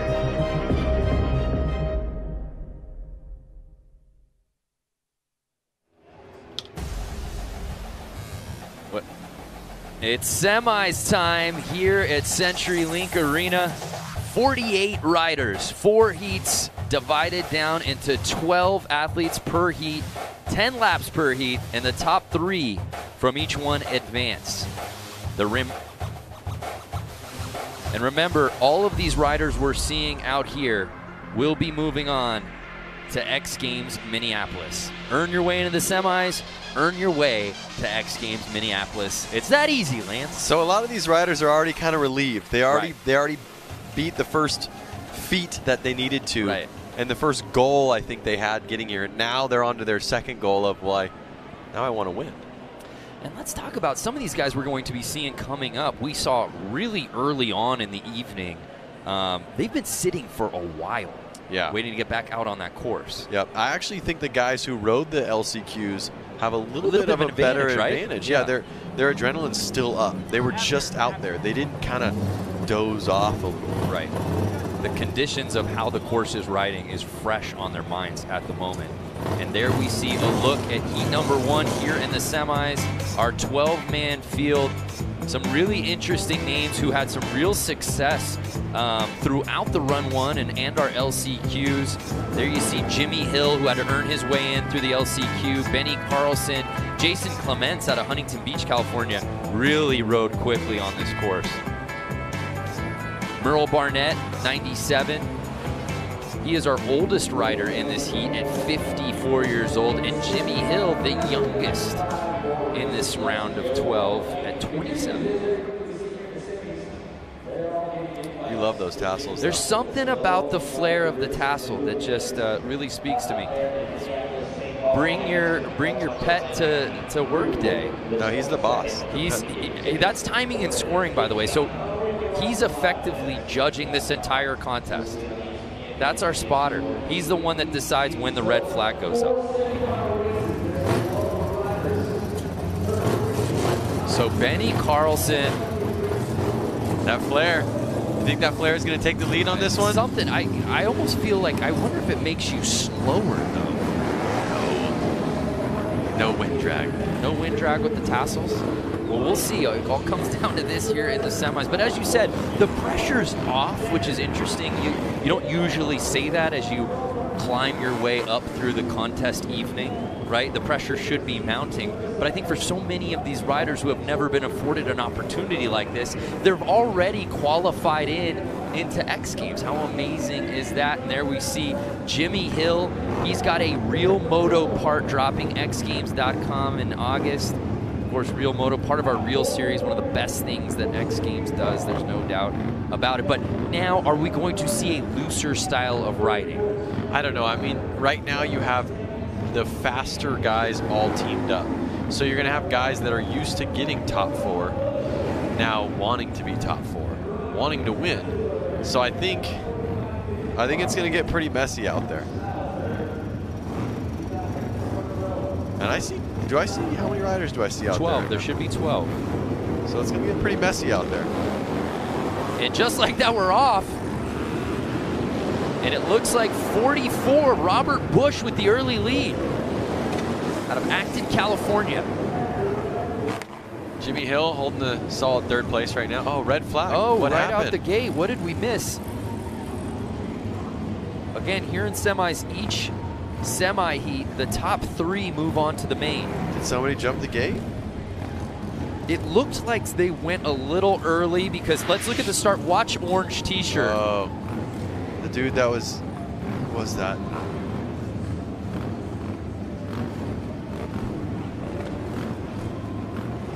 Just was kind of a, didn't get off the course in time, but it looks like it'll just be a restart. That red flag came out very early.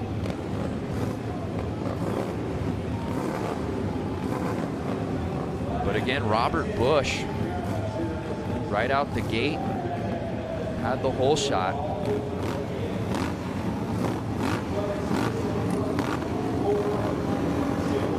Safety first. There wasn't something safe about it. They're going again. Of course, entirely clear, but we restart our first semi here tonight. Oh no! Oh! Guys down, getting run over. And that's...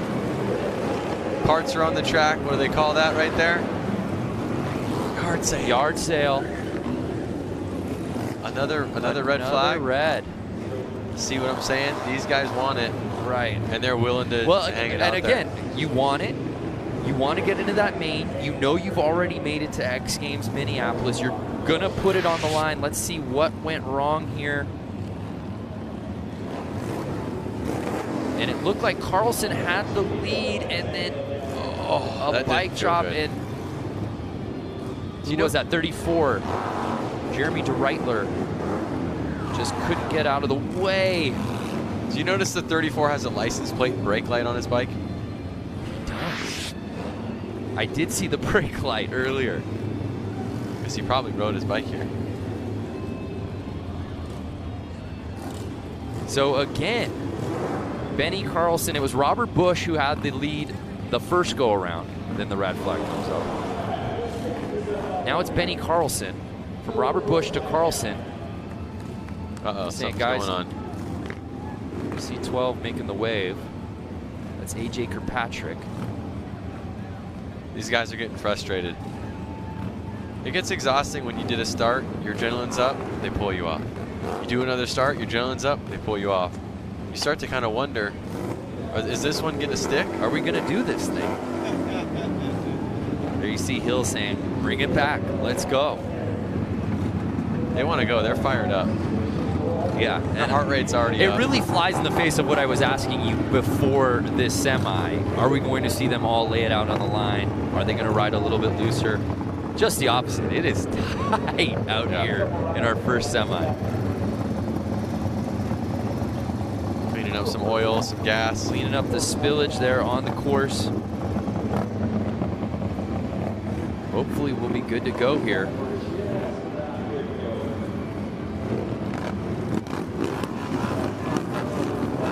So the crazy thing is this is originally a hockey arena. That's before right. they were out there. Yeah, there you see the banners. You think they're just going to put the ice right over? Oh, ice right over. And we're off. Will this one count? Oh my goodness. And we see Carlson with the lead. And it looks like everybody's still on their bike. And they are on the gas. I mean, I can hear how loud it is. And again, it's Carlson and Busch. 1 and 2 right now. Again, the top 3 moving on to the main. It was Busch who had the early lead before the first reset. Carlson on run number 2, and they're 1 and 2 here on the 3rd start. And those tassels are not affecting the drag. Not at all. I couldn't have been more wrong, Lance. I'm eating my words. Halfway through this race, lap 5 and 10, and the tassels are taking it away. It's Carlson with the lead again. The top 3 moving on. So does the strategy come into play here? If you're a Robert Busch, number 44, do you just hold on to that 2 spot, or do you try to make a move? You want to win. So that's on the bubble right there. Number 17, Sam Fisher. Oh, Busch was down. Robert Busch. Did Busch go down? Yeah. Busch was in the 2 spot. He goes down.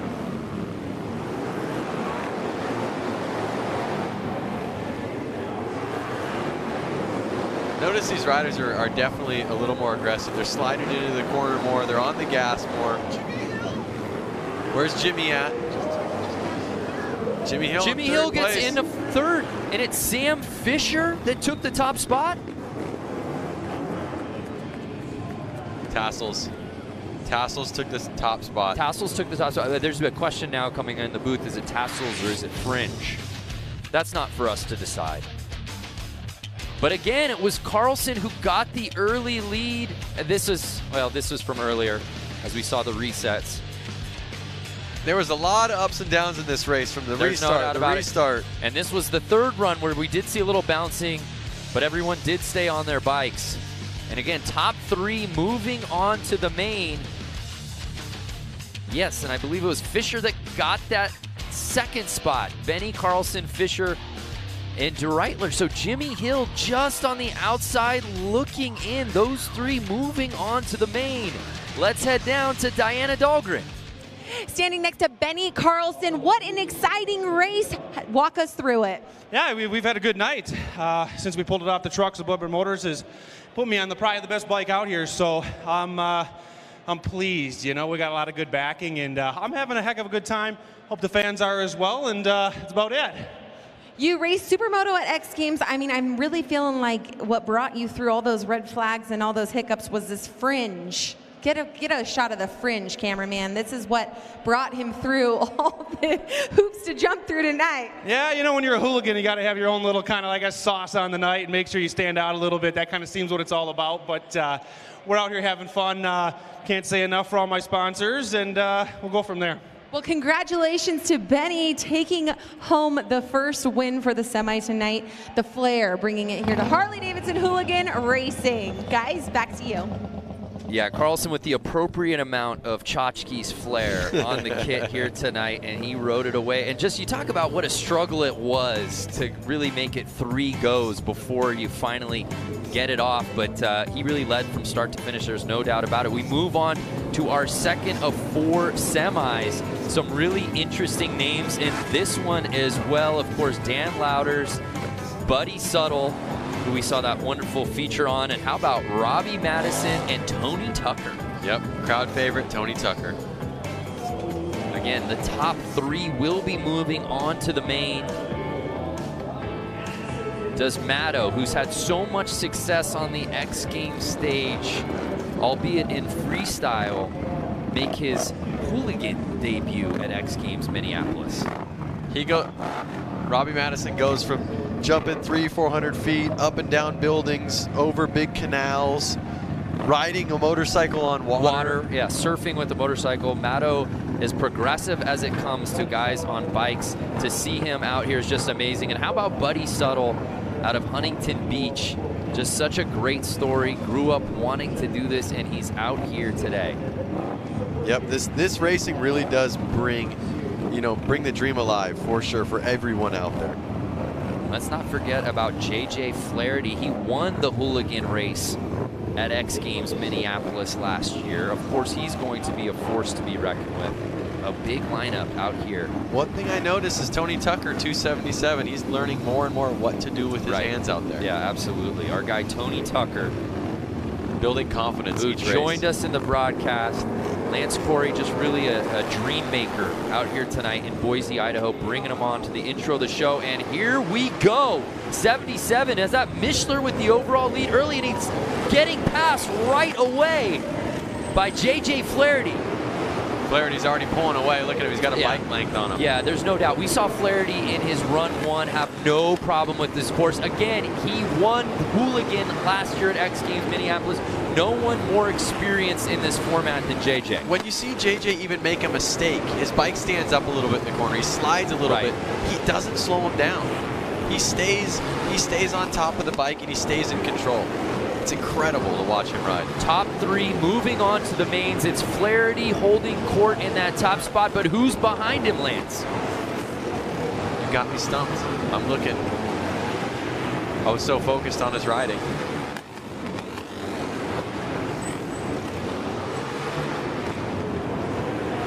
The number 35 of Dave Kilkenny and the 85 of Buddy Suttle look like they're out for a battle. Is Buddy Suttle going to get into that top 3? Let's not forget about Matto. Where is Robbie Madison in this group? There he is on the ground. Oh no, what happened to Matto?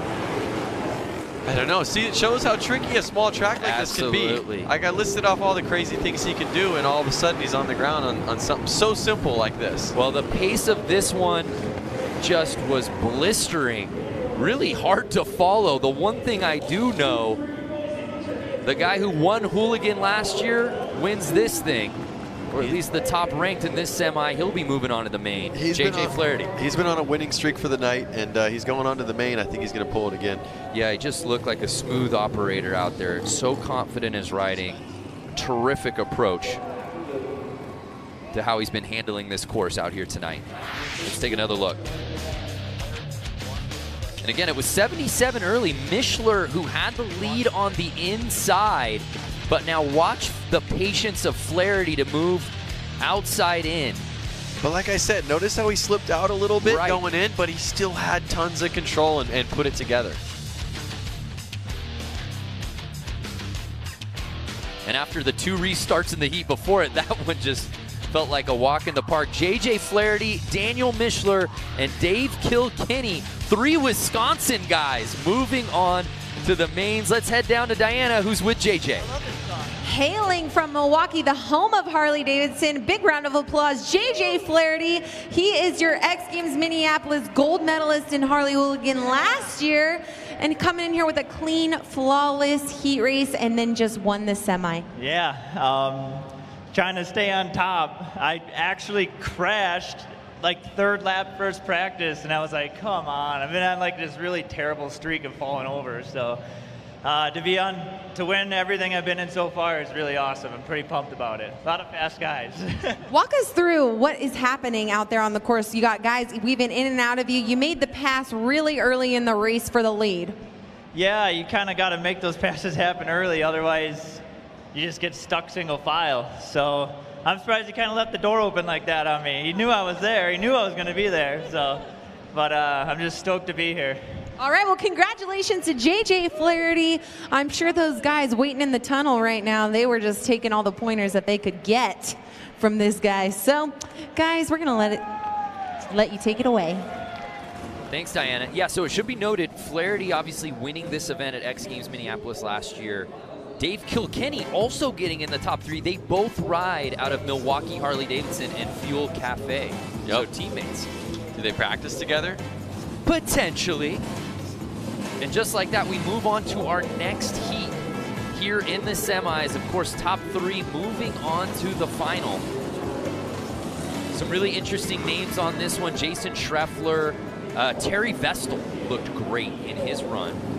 Number 1. 963 of Mikey Hill has proven to, be in the front of the pack on a lot of the other Flat Out Fridays and Harley Hooligan races. So he's someone to keep an eye on. I know in the pits he was struggling with his carburetor. It was leaking and it wasn't running right.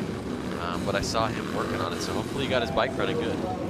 Let's not forget about Jake Cook and Alex Brooks. They had a battle earlier tonight. They'll be going to head-to-head once again here in the semis. 142, Danny Holbus. Jeremy Whittick, number 60. Jeans. And 963 Mikey Hill. 27 Terry Vestal. Riding that 7M Brad Spencer. Don't forget, we have a whole lineup of guys behind them. Don't forget. Spencer rocking the hoodie.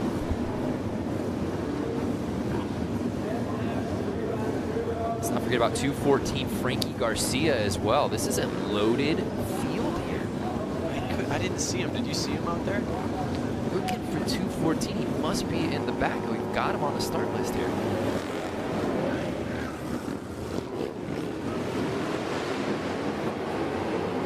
And it looks like, is that Vestal taking the whole shot? It is. He was riding, oh, someone goes down. Vestal riding so well earlier in the night, one of the fastest lap times we've seen. And he's got the top spot. With Brad Spencer, 7M, right behind him, chasing him down. He's already made a couple passes this race, so. Yeah, Spencer trying to get on the inside, and the red flag comes out. Yeah, somebody is down, grabbing at their leg. Hoping he's all right. So like I said, Frankie Garcia, I don't think he started. I didn't see him out there, and I talked to him earlier on in the race, and he told me all he needed to do was qualify and make it to X Games. Well, he did that, but we don't see him out there. Jeremy Wittick, number 60 plate, is the one who's down out of Twin Lakes, Wisconsin. Hoping he's all right. It's never fun when you hit the concrete going fast with a 600-pound motorcycle chasing you. And you know what I love about this particular heat? 53-year-old Terry Vestal was in the lead, and 56-year-old Brad Spencer was chasing him in the 2 spot. But let's take another look. Try to see if you can spot the crash. Look for that green flag is out. Plate. There you go. Oh, bent his ankle maybe. Yeah, we don't want to speculate, but yeah, the bike just got on top of him there. We hope that he's all right. Medical attending to him. That's tough. It seemed we've gotten through most of the night somewhat unscathed as far as injuries go. We've definitely seen some bikes go down, but for more from the course, let's head down to Diana. Diana, what'd you see down there? Yeah, tricky crash, unfortunately, in the corner, grabbing his knee right now. We don't want to speculate, but fortunately, the X Games medical staff is always here to keep all of our athletes very safe. They're going to be taking good care of this athlete and make sure he is walking out of here tonight. Yeah, thank you, Diana. We hope that Wittick's okay as we take another look. Of course, everyone here in the semis has already earned a spot to X Games Minneapolis. Hopefully he'll be ready for that. But of course, with a fall like that, the red flag certainly having to come out. And we're on a bit of a course hold as we make sure that Wittick's attended to properly. And that's got to be tough for the psyche for the rest of the field, right? Of course, you never want to see one of your fellow competitors go down.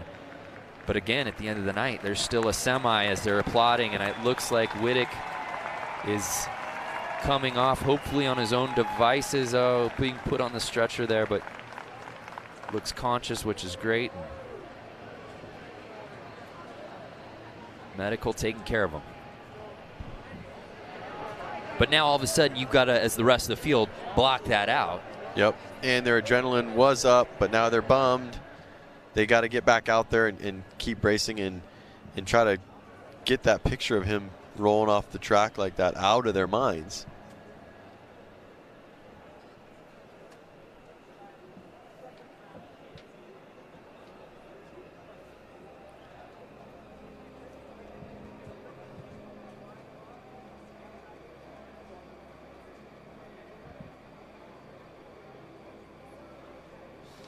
Well, as we wait for this semi to continue, let's head back down to Diana for an interview from the tunnel.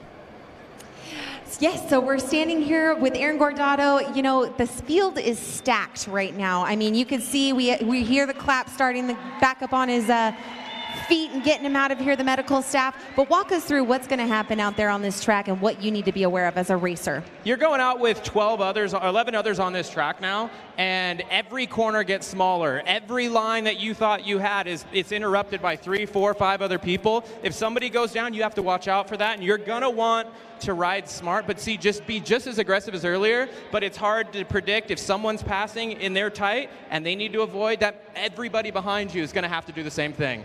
All right, you guys heard it first from Aaron. Guys, safety is our priority out here. Yeah, Aaron, of course, part of our next semi-heat. They're waiting to get out there. These guys are ready to get this race back going. Wittek now being attended to, taken on the stretcher. He is officially off the course, and I think we'll be ready to reset this thing as we take another look at our start list. Of course, that 60 plate Jeremy Wittek, he is out. And as you said, that 214 Frankie Garcia, you're not seeing him out there. And like I said, he had work this weekend. And he mentioned that all he wanted to do was make it to X so Games. what you're saying is once he figured out and found out that he had earned the spot to X Games, and maybe he said, I got to bounce. He has to go to work. I got to go to work. He's like, I'm either in X Games Minneapolis or I'm not. Right. And so he made it in. So now he's celebrating, probably music blasting, ripping down the highway, trying to make it back to California to Winning work. tonight was just sort of unnecessary icing on the cake for him. He wants to win at X Games Minneapolis. Wow, what a mentality. But it also speaks to, again, the storyline of the night. These guys have jobs they have to get back to. Yep. These guys took work off to be out here for the most part. Yep. Amazing story.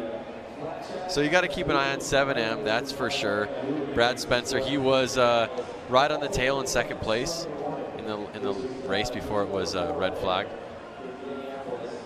Mikey Hill having a good time out there.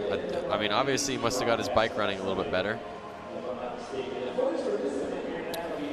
Well, there you see Mr. Gordado, Aaron and Sean. They're more than just brothers. They're a team. And whether it's riding, racing, or helping out in their father's motorcycle shop, this story is truly a family affair.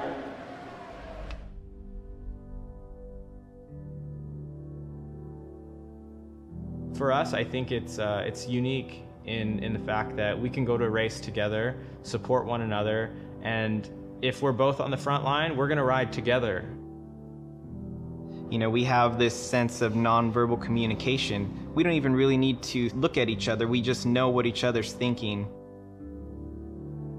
I can be in his head and understand what he's doing, so I can make those crazy passes. Him, even if he doesn't know that I'm there, he's not gonna get startled. He's not gonna be thrown off by it. We're a team. We're also brothers. It's very cool, and you know, hopefully other people see us as a team, but the other people that see us as brothers, they, you know, like, oh shoot, we better watch out because there's two of them.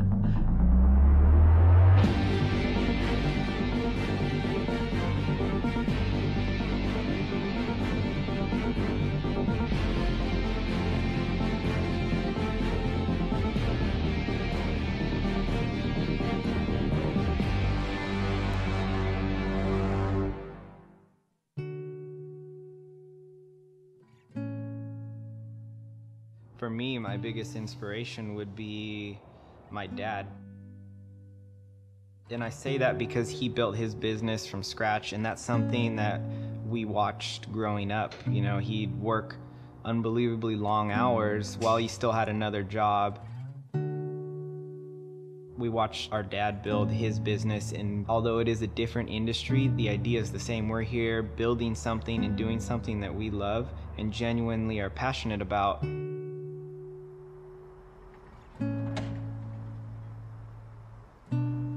Our shop being within my dad's location, you know, he sees us working.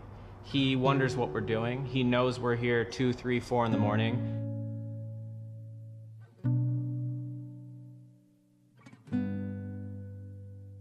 But I think this work is easier done having a brother here, having my dad here as a whole, and it makes the shop it's not the traditional shop at all.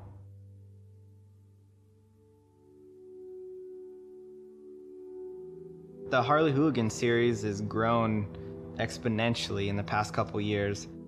When we first started this, we would go out to places, Texas, Minneapolis, Florida, and all that, and we'd show up, and it was more of an exhibition type thing. You know, yeah, it's competition, yeah, it's racing, but, you know, we're out there talking to guys, answering all their questions, just basically being a good source of information for them and how they can become involved.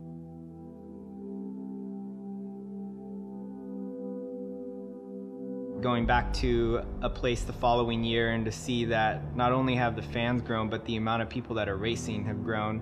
And I really do enjoy that, just watching the growth over the years and how much excitement that people get from it.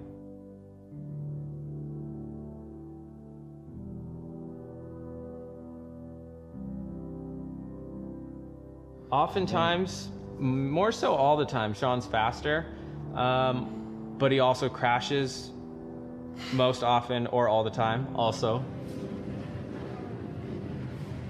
At most races, we'll talk back and forth, like, I beat you here, I beat you there, but it doesn't really matter. You know, we're both racing together. One of us goes down, we're the first to go stop. You know, I'll bail on a bike to get him back up, and he'll do the same for me.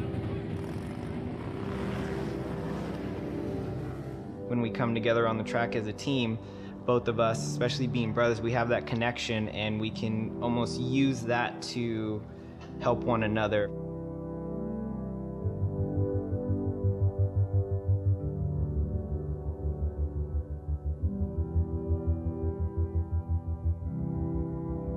Racing seems like a very prestigious and unattainable thing, but what Harley's done with the series is allowed anybody to become a motorcycle racer.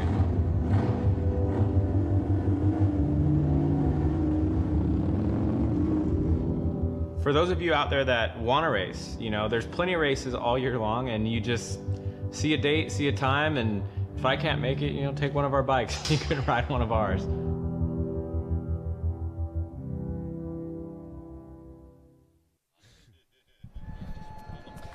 Wow, what a story, and we'll see if Aaron can hold on and make it into that main, but awesome. I know you get to watch these guys with the series that you've been a part of that you get to call. Well, he said something funny. He's like, yeah, my brother is a little bit faster than me, but he crashes a lot more, so we usually, you know, it's really hard to say who does better, you know, and he made it into the Aaron Guardado got in. Yeah, and his brother, Sean, didn't, who's technically faster. Right. So it just goes to show that sometimes on a track like this, it's about being patient and smooth rather than faster. Well, if you're just joining us, we're currently on a course hold. Jason Wittick went down pretty hard, was stretched off, but we're hoping that he's okay. Let's head down to Diana, who's got some info for us on a special promotion. That's right. So Harley-Davidson is doing a great promotion for someone looking to buy their first Sportster. So you get your first Sportster, you're trying it out 9-10 months down the road. You're like, nah, I think I want to try out a different Sportster. No problem. We're going to go ahead and give you back your purchase price on a trade-in for a new Sportster. You guys have to check it out, h-d.com/freedom promise. Find out all your details there.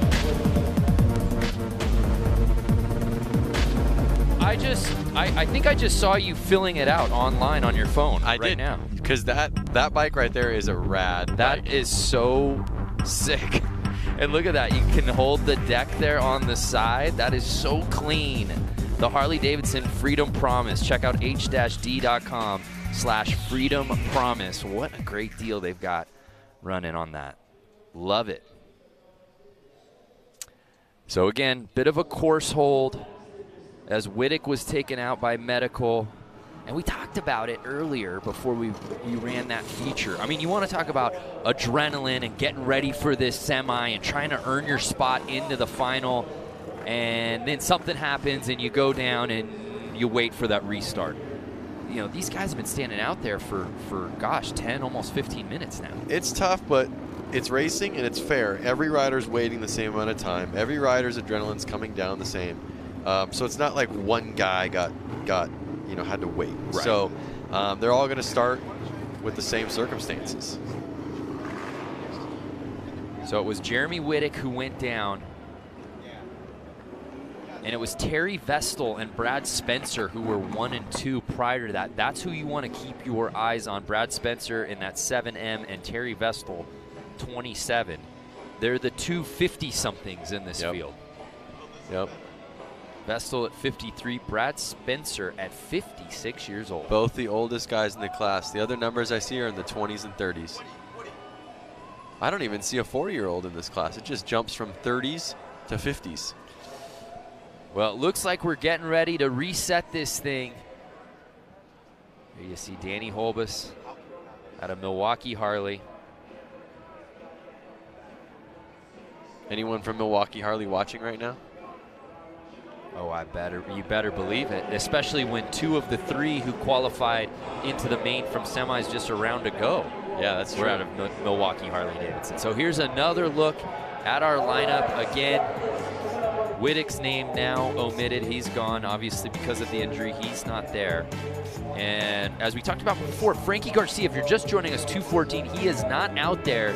He told Lance Corey before, I just want to get into X Games Minneapolis. If I qualify in, and if he got into the semis, you automatically qualify in. He did that. Now he's got to get back to work. Yeah, he's leaving. He'll have to take a little bit more time off of work to make it to X Games Minneapolis, though. Yeah, that's a little bit more of a commitment coming up in mid-July.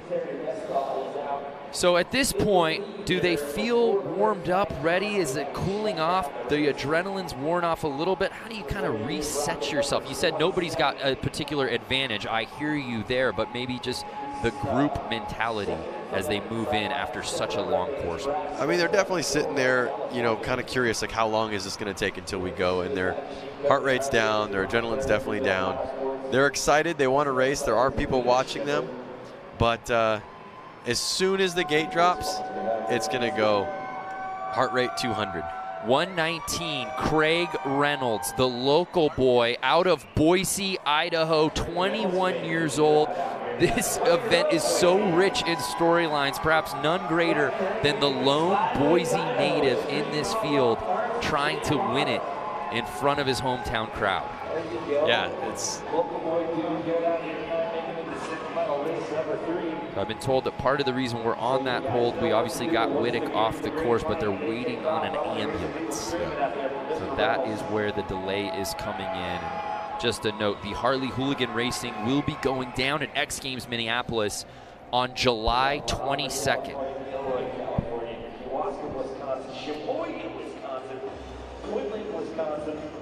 So there you see Mark Atkinson.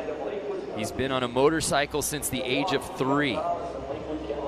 He's relentless in his pursuit of everything bikes. It's what he lives for, and qualifying for the Summer X Games is his goal tonight. Jumping a Harley, it's just different. You can really feel the weight of that thing when you go 70+ feet on it, and you know that it's not made for that. You think you're supposed to go fast, and that's what you do. You just pin it. A Harley, the weight carries the bike. And I've jumped like 75 foot in first gear and barely on the throttle. I don't know if I ever want to figure out what second gear can do.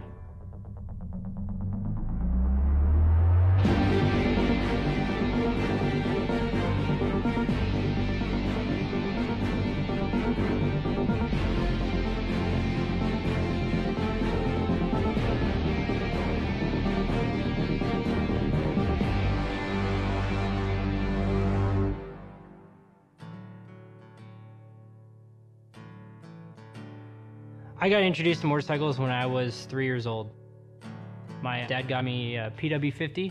I actually have a Polaroid of the first day I ever rode. My dad took the Polaroid and then it says future motocross champion on it. From 4 years old till I was about 18, I raced like religiously with my dad. That's pretty much all we did. I think I was transferring to 60s at the time from the 50 class. And that's when you learn how to jump, and everyone was jumping and everything. I ended up taking a whole summer off of racing because I couldn't jump, and I was just frustrated with that at the time. I ended up riding a lot of BMX. I just started jumping and jumping and jumping. And then I came back the next year, like fresh, learning how to jump things. And then from there, it was like no stopping me. I jumped everything at every track. I was one of the smallest kids there jumping the biggest jumps, and it heavily influenced what I did on the motorcycle. After that, I never stopped doing BMX or motocross. I still got a BMX bike laying around here somewhere.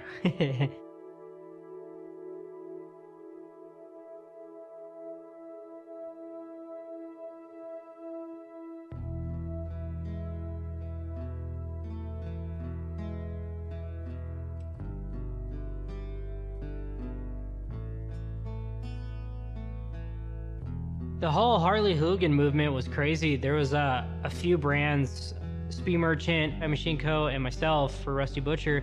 At one point, we just like kind of showed up to every track and we're like, hey, will you guys let us ride? Hey, will you guys let us ride? And we kept doing that. And we just kept riding at any track that would give us a race. And we didn't have a name, we didn't have nothing at the time. We were just showing up to ride. And then out of nowhere, we got dubbed Hooligan.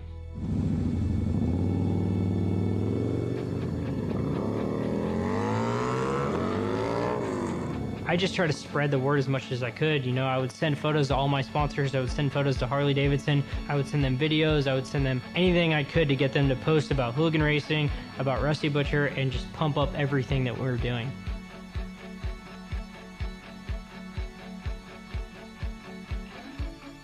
It's literally about just having fun with your friends.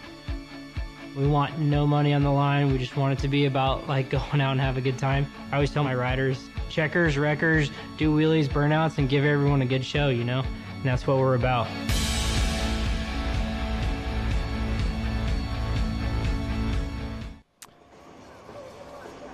So Mark Atkins, the Rusty Butcher, really a part of this thing from the get-go. The genesis story of Harley Hooligan is really amazing to hear through his point of view. No, it's rad because they didn't even know what they were doing when they were doing it. They didn't even realize that they would be here today when they were doing this years ago. But to hear Atkins talk about it, it wasn't even about this. It wasn't even about, hey, how do we make this mainstream? How do we get this to become a part of X Games or anything like that? He just wanted to showcase what he and his friends were doing. Well, the crazy thing about him, the first time I saw Mark ever on Instagram, he jumped his Sportster over a freeway entrance. So I know we've I know we've all imagined a freeway entrance. You know, they gotta mound up. I don't need to imagine it. And we've all imagined jumping them. Well, at least I have, being a motorcycle rider. And he had a video of that. That was the first on the gram. And you said, wow, who is this guy dubbed Rusty Butcher? I commented on it, and I was like, that was awesome. And he commented back, and ever since then, we've kind of been friends. And if you notice the gloves he's wearing actually right there, those are gloves that I manufacture for him through Thrash and Supply. So we actually have co-branded some stuff together. And that's awesome. He really is he really is about putting on a good show. Yeah. You know, just like he said. And that's kind of what his Instagram's all about. If you haven't seen it, at Rusty Butcher, he's always doing insane stuff, whether it's jumping his Harley on the dirt, over freeways, doing hooligan stuff all the time. That's what makes him so good. Yeah, we were laughing before because he's dubbed Rusty Butcher in these circles. We were wondering if that was going to be the name we saw fonted out here, or we were going to see his legal name, of course, of Mark Atkins, but out of Corona, California. He needs to change his legal name to Rusty Butcher so his ID actually matches it. I totally agree. I'm going to start a GoFundMe. I think we're ready to restart this thing. Thank you so much to all of you who have stood by us and waited during this course hold. We're ready to make good on that. It's semifinals time. Who's moving on to the main? The top three will go on to the final. And it starts right now. And right out the gate, it looks like more of the same from what we saw earlier. Terry Vestal with that lead, and it's Spencer right behind him. It looks the same as it did the last race. Mikey Hill right there in third place. So Brad Spencer was trying to make the move on the inside, unsuccessful there. A slight tire tap. Terry Vestal keeping it. Oh, and Spencer takes the lead away from Vestal. Can Vestal get it back? This is going to be a good race. We're halfway through lap 5 of 10. Are we going to see any changes for the top 3? So Spencer waited, plotted his positioning. He takes the lead. Now you've got to wonder, does Vestal sit comfortably in second knowing that he'll be moving on to the main, or does he try to reclaim that top spot? What a battle between the 250-somethings here in the semis. Over 100 years of experience out there. You're not wrong. Uh-oh, what's going on? I saw the checkered flag come out. Did it come out early? Not sure. It looked like we were starting lap number 9. So here you see, again, Vestal getting the whole shot, and he had the lead through the first 3 laps, but we wondered, is Brad Spencer going to make his move? I mean, that start really was deja vu. They really came out the exact same. It was a carbon copy of what we saw before Wittick went down. And there you see Spencer not content with 2. A little love tap, and then he makes the move to the inside, and there was no looking back. Vestal might have had a second to try to reclaim it, couldn't do it, and he'll have to settle for second. And it looked like 142, Danny Holbus with that 3rd spot. Yep. Mikey Hill just missing it by 1. You saw him shaking his head as he went through the checkered flag. Well, let's head down to Diana Dahlgren. Brad Spencer bringing in the win for semi-round number 3. How was that out there? Tell us what the perspective was like out there on the course. It was tough. I mean, Jason Terry, I had to really work that man, try to set him up, and yeah, and then everything worked mine in favor. Let's talk about the race before the red flag happened. Where were you? Did you see the crash happen? Yes, I did. I seen the crash, and then I was hoping it didn't get red flagged, and it did, and so here we are. How do you maneuver yourself around a course once there's crashes? You're always looking ahead, and you're trying to avoid them the best way you can, because indoors, there's a lot of luck that goes on. You know. All right, well, congratulations. Moving on to the main event, Brad Spencer. Congratulations, Brando, Lance Bass, back to you. She had to throw in. Lance Bass, by the way, if you're going to rip on him. 56-year-old Brad Spencer, the oldest rider in our semis, winning that thing, moving on to the mains, along with 53-year-old Terry Vestal and Danny Holbus. I hope I have the energy like them when I'm in my 50s. What a run. What a matchup to see Spencer come from behind to take that top spot, but both he, Vestal, and Holbus will be moving on to the mains. And who will be joining them? It's our final semi of the night. Rusty Butcher right off the top, number 22. Mark Atkins leading this group. Tyler Bierman you see there. It's been well documented all night. His dad was racing so well. Yep. He's not moving on, but potentially Tyler can get into the main. Of course, top 3 will be moving on. There you see 44X, Dan Jacobson, our buddy who helped build US Bank Stadium, the Minnesota kid, will get to ride at X Games Minneapolis. If you're just joining us, everyone you're seeing out here has already earned a spot to X Games next month. Now at stake, a spot in the main. Top 3 will be moving on.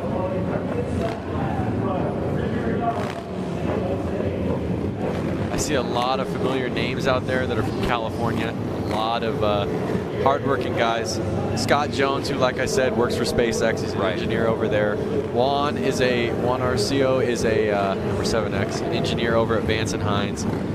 Chris Wiggins as well is a machinist over at Vance & Hines. Yeah, this has a real West Coast flavor to it. Westminster, California, Norwalk, Sierra Madre, San Jose, Corona, and they're off. And it looks like it's 4:29. Ricky Renaro out of San Jose, who was blazing fast in his qualifying heat, getting the whole shot. Rusty Butcher in second place, number 22. He's staying on his tail, though. So Butcher holding on to that 2 spot. Can he catch Renaro? And don't forget about Tyler Bierman, still in this group. Has some X Games medals to his name, a couple in fact. You think that Mark's going to be able to pull this? Yeah, look, he's trying to make the move on the inside. But Renaro has just been so fast on this course. Boy, this class is stacked. There you see 653 Bierman. You know Dad's cheering him on.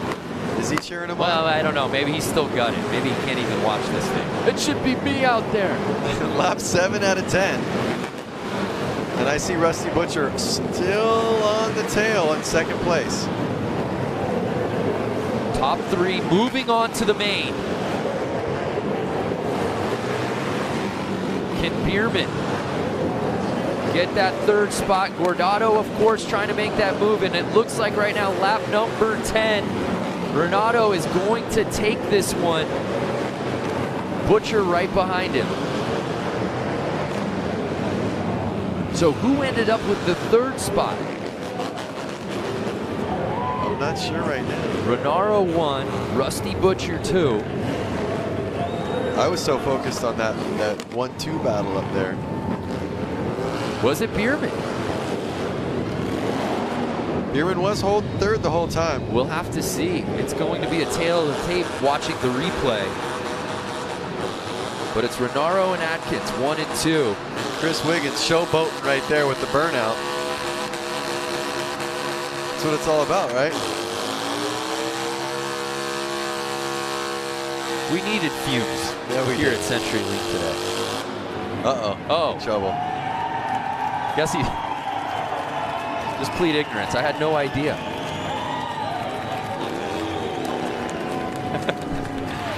Oh, I can't burn out. Oh, I see. Okay. So take another look. Now, Atkins looked like early on was going to grab the lead on the outside, but Renaro just too much on the inside, and there was no looking back. And then you see Bierman in that 3rd spot. Partner, I think he might have held on to it. Oh, but you saw 30X there. Of Nick Leonetti. Leonetti out of Petaluma was trying to make his move. So Tyler Bierman's going to the main event, X Games medalist. So the final results there, Ricky Renaro, Mark Atkins, Rusty Butcher, and Tyler Bierman. Bierman, who was on the outside looking in, had to get into the LCQ, is now moving on to the main. And again, I can't keep rehashing this. Father Randy not moving on. So there they are. There they are, sweeping up all the burnt rubber on the course. And like I said, they got to get all the debris off. All that debris makes it very slippery. Well, at least Leonetti picked a good time because we were done with all of our semis as we move on to the main. So there's the lineup. And Brando, who is your pick? Oh, my goodness. I mean, this is just... There's so many talented riders here right off the top. Benny Carlson has looked so good. JJ Flaherty, of course, our defending gold medalist. But the progression of motorcycle riding in the Midwest, let's check in on Benny Carlson. In the Midwest, I think it might just be the long winter, so there's a lot of guys that do projects. Everyone's kind of on this culture movement of going hooligan racing, and we got 3, 4, 5 months where, you know, guys can start building bikes in their shops. And I think what people don't realize is most of the motorcycle culture is in Southern California or something like that, and the Midwest is an absolute, I feel, breeding grounds for guys that made careers racing. We got a bazillion national championships, and that's why a lot of guys from the Midwest are coming and traveling to Boise to try and make it X Games. Hands down, there's going to be some guys that are going to have some hurt feelings by the end of this deal. You know, we're going for, you know, it's going to be fun, obviously, but the main thing is there's going to be some bumping and banging from especially the guys out of the Midwest. You know, old race guys. We're going to be going for it. We're gonna be going for it. Benny Carlson, who has looked so good on this course all night long, but again, the most stacked lineup of the night. We've saved our best for last here for this crowd at CenturyLink. I cannot wait to get this final going. And you heard him right there. He said there are going to be some hurt feelings by the end of this night. So he's taking today serious. And I'm pretty sure he'd be happy where he's at right now, and we'll see if he can take it home. The fans have seen a little bit of everything out here tonight, but we were looking at that start list before, and you said, who do you like? I mean, we've just seen the best of the best from round 1 to the LCQ to the semis. The fastest guys all night long will be battling it head-to-head and there's so many different styles of riding. I can't wait to see who comes out victorious. Well, I think I'm gonna have to put my my money on 45X of JJ. Oh yeah, our defending gold medalist from Hooligan last year has looked most comfortable, I would say, on this course. He definitely has, and like he said, he's won all the races tonight, and he said that's not easy, and he said that, you know, it's anything can happen, and I don't know, I still think that he looked really confident out there, and I think he's gonna be able to pull it. But again, you can't count out the guys who literally just hit the course. Of course, Atkins certainly is a name to keep your eyes on. Brad Spencer, certainly. Terry Vestal. JJ Flaherty. And how about Ricky Renaro, who I think has just been sneaky good all night long. I would take his lap times against anybody in this field. He looked so good in that round of one and just picked up where he left off in the semis. Well, he did end himself up in 8th place overall during practice for lap time, so. It should be noted, race tires provided by Dunlap. Well, you see all the rubber on the ground out there and burning tires. Someone's got to support them, so why not be Dunlop? There you see the number 17 plate, Sam Fisher, out of Hartford, Wisconsin. Part of our 12-man final. JJ Flaherty has looked so good. There you see Daniel Mishler, of course Benny Carlson, Terry Vestal, 429 Ricky Renaro, Flair, Benny Carlson. Is that going to affect him in this race? Clearly it was advantageous. I thought it was wind resistant, not an issue at all. And how about this guy? 7M, the oldest rider in the field by just 3 years, mind you. 56-year-old Gilroy, California native, Brad Spencer. Something crazy to think about is all the guys up there in the front line are basically winners from the night. Right. So they all have what it takes to win. These guys are ready to get this thing going. Again, all of them already qualifying for X Games Minneapolis, and here we go. It's 429. Ricky Renaro right out of the gate, picking up where he left off in the semi just moments ago. And the 7M of Brad Spencer right there on him. But there you see JJ trying to make his move in that third spot. Can he get around Spencer? They're already catching lappers right now. Yeah, Tyler Bierman just got lapped. And it's Ricky Renaro, but can Spencer catch him on the inside? No, Renaro cuts him off. These three are tight right now. Anything can happen. JJ trying to make the move to the inside. He's sitting in third place, but it's Renaro still holding on to the top spot. Who's going to put a tire in to make it happen? Can Spencer get around him? And it looks like he does. On lap 6, Spencer takes the lead. The oldest and wisest rider out there. 56-year-old Brad Spencer. And now JJ jumps into second place. 2 laps to go. Can he catch Spencer? Is Brad Spencer going to hold on to it? It's a 2-man race with 2 laps to go. Spencer and JJ Flaherty. So we have the last year's X Games winner for Hooligan in second place. And 7M Brad Spencer in first. Uh-oh, look at him.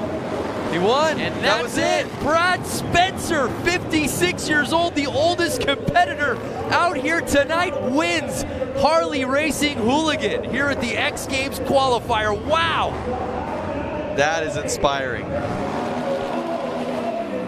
Brad Spencer, who was sitting in second place early, made his move midway through, and then there was no looking back. That pass was clean. He knew what he wanted, eyes on the prize, and he took it. And JJ Flaherty, the guy with the hardware, the gold medal from Hooligan last year at X Games Minneapolis, has to settle for second. But he didn't let him go. You know, Brad did not run away from JJ. A couple more laps, who knows what would have happened. Obviously, Brad won. But we're going to have to see what happens in X Games Minneapolis with these guys. What a finish. These guys saving their best for last. It's Brad Spencer, JJ Flaherty, and Ricky Renaro as your top 3. Let's head down to Diana Dahlgren, who's with Brad Spencer. Brad Spencer, you've just shown these 20-year-old who's boss on this track down here, making the pass for first. You are the winner of qualifying. Congratulations. Thank you very much, and I really got to thank the people that got me here. I'd like to thank S&S Cycles, Banky Performance, WRB Construction, Jason and Hans Suspension, Oakley, Bell. I mean, without those people, I wouldn't be here. What was the strategy for tonight's racing? Just taking it step by step, trying to be consistent, and trying to get on the pole every time you could, and just trying to be in a position where you could at least get the lead.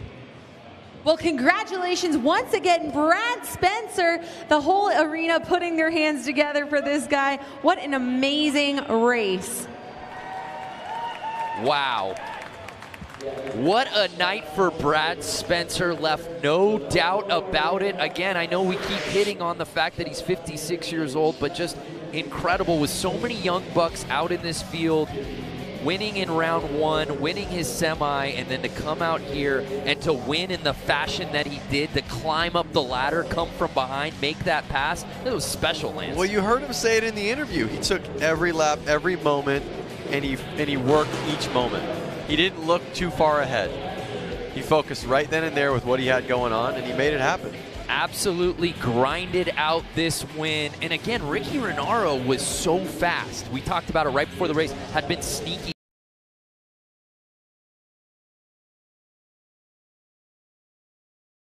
Got to be eating at him to know that he had the lead halfway through the race and wasn't able to complete it. But what a night for racing for all of hooligans worldwide, making it out here tonight in Boise, Idaho. It's Brad Spencer coming out the victor. Yep. And we're going to get to see these guys racing again in X Games Minneapolis. Man, if that's a preview of what's to come at US Bank Stadium on July 22nd, look out. All right, it is now time for our awards. Ladies and gentlemen, from the Road to X Games Boise Park qualifier, make some noise. In third place, Ricky Renaro.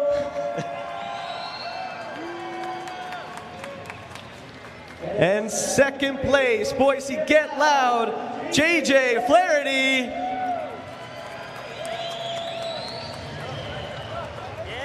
And now first place, Road to X Games, Harley Davidson. Hooligan, make some noise, Boise, for Brad Spencer.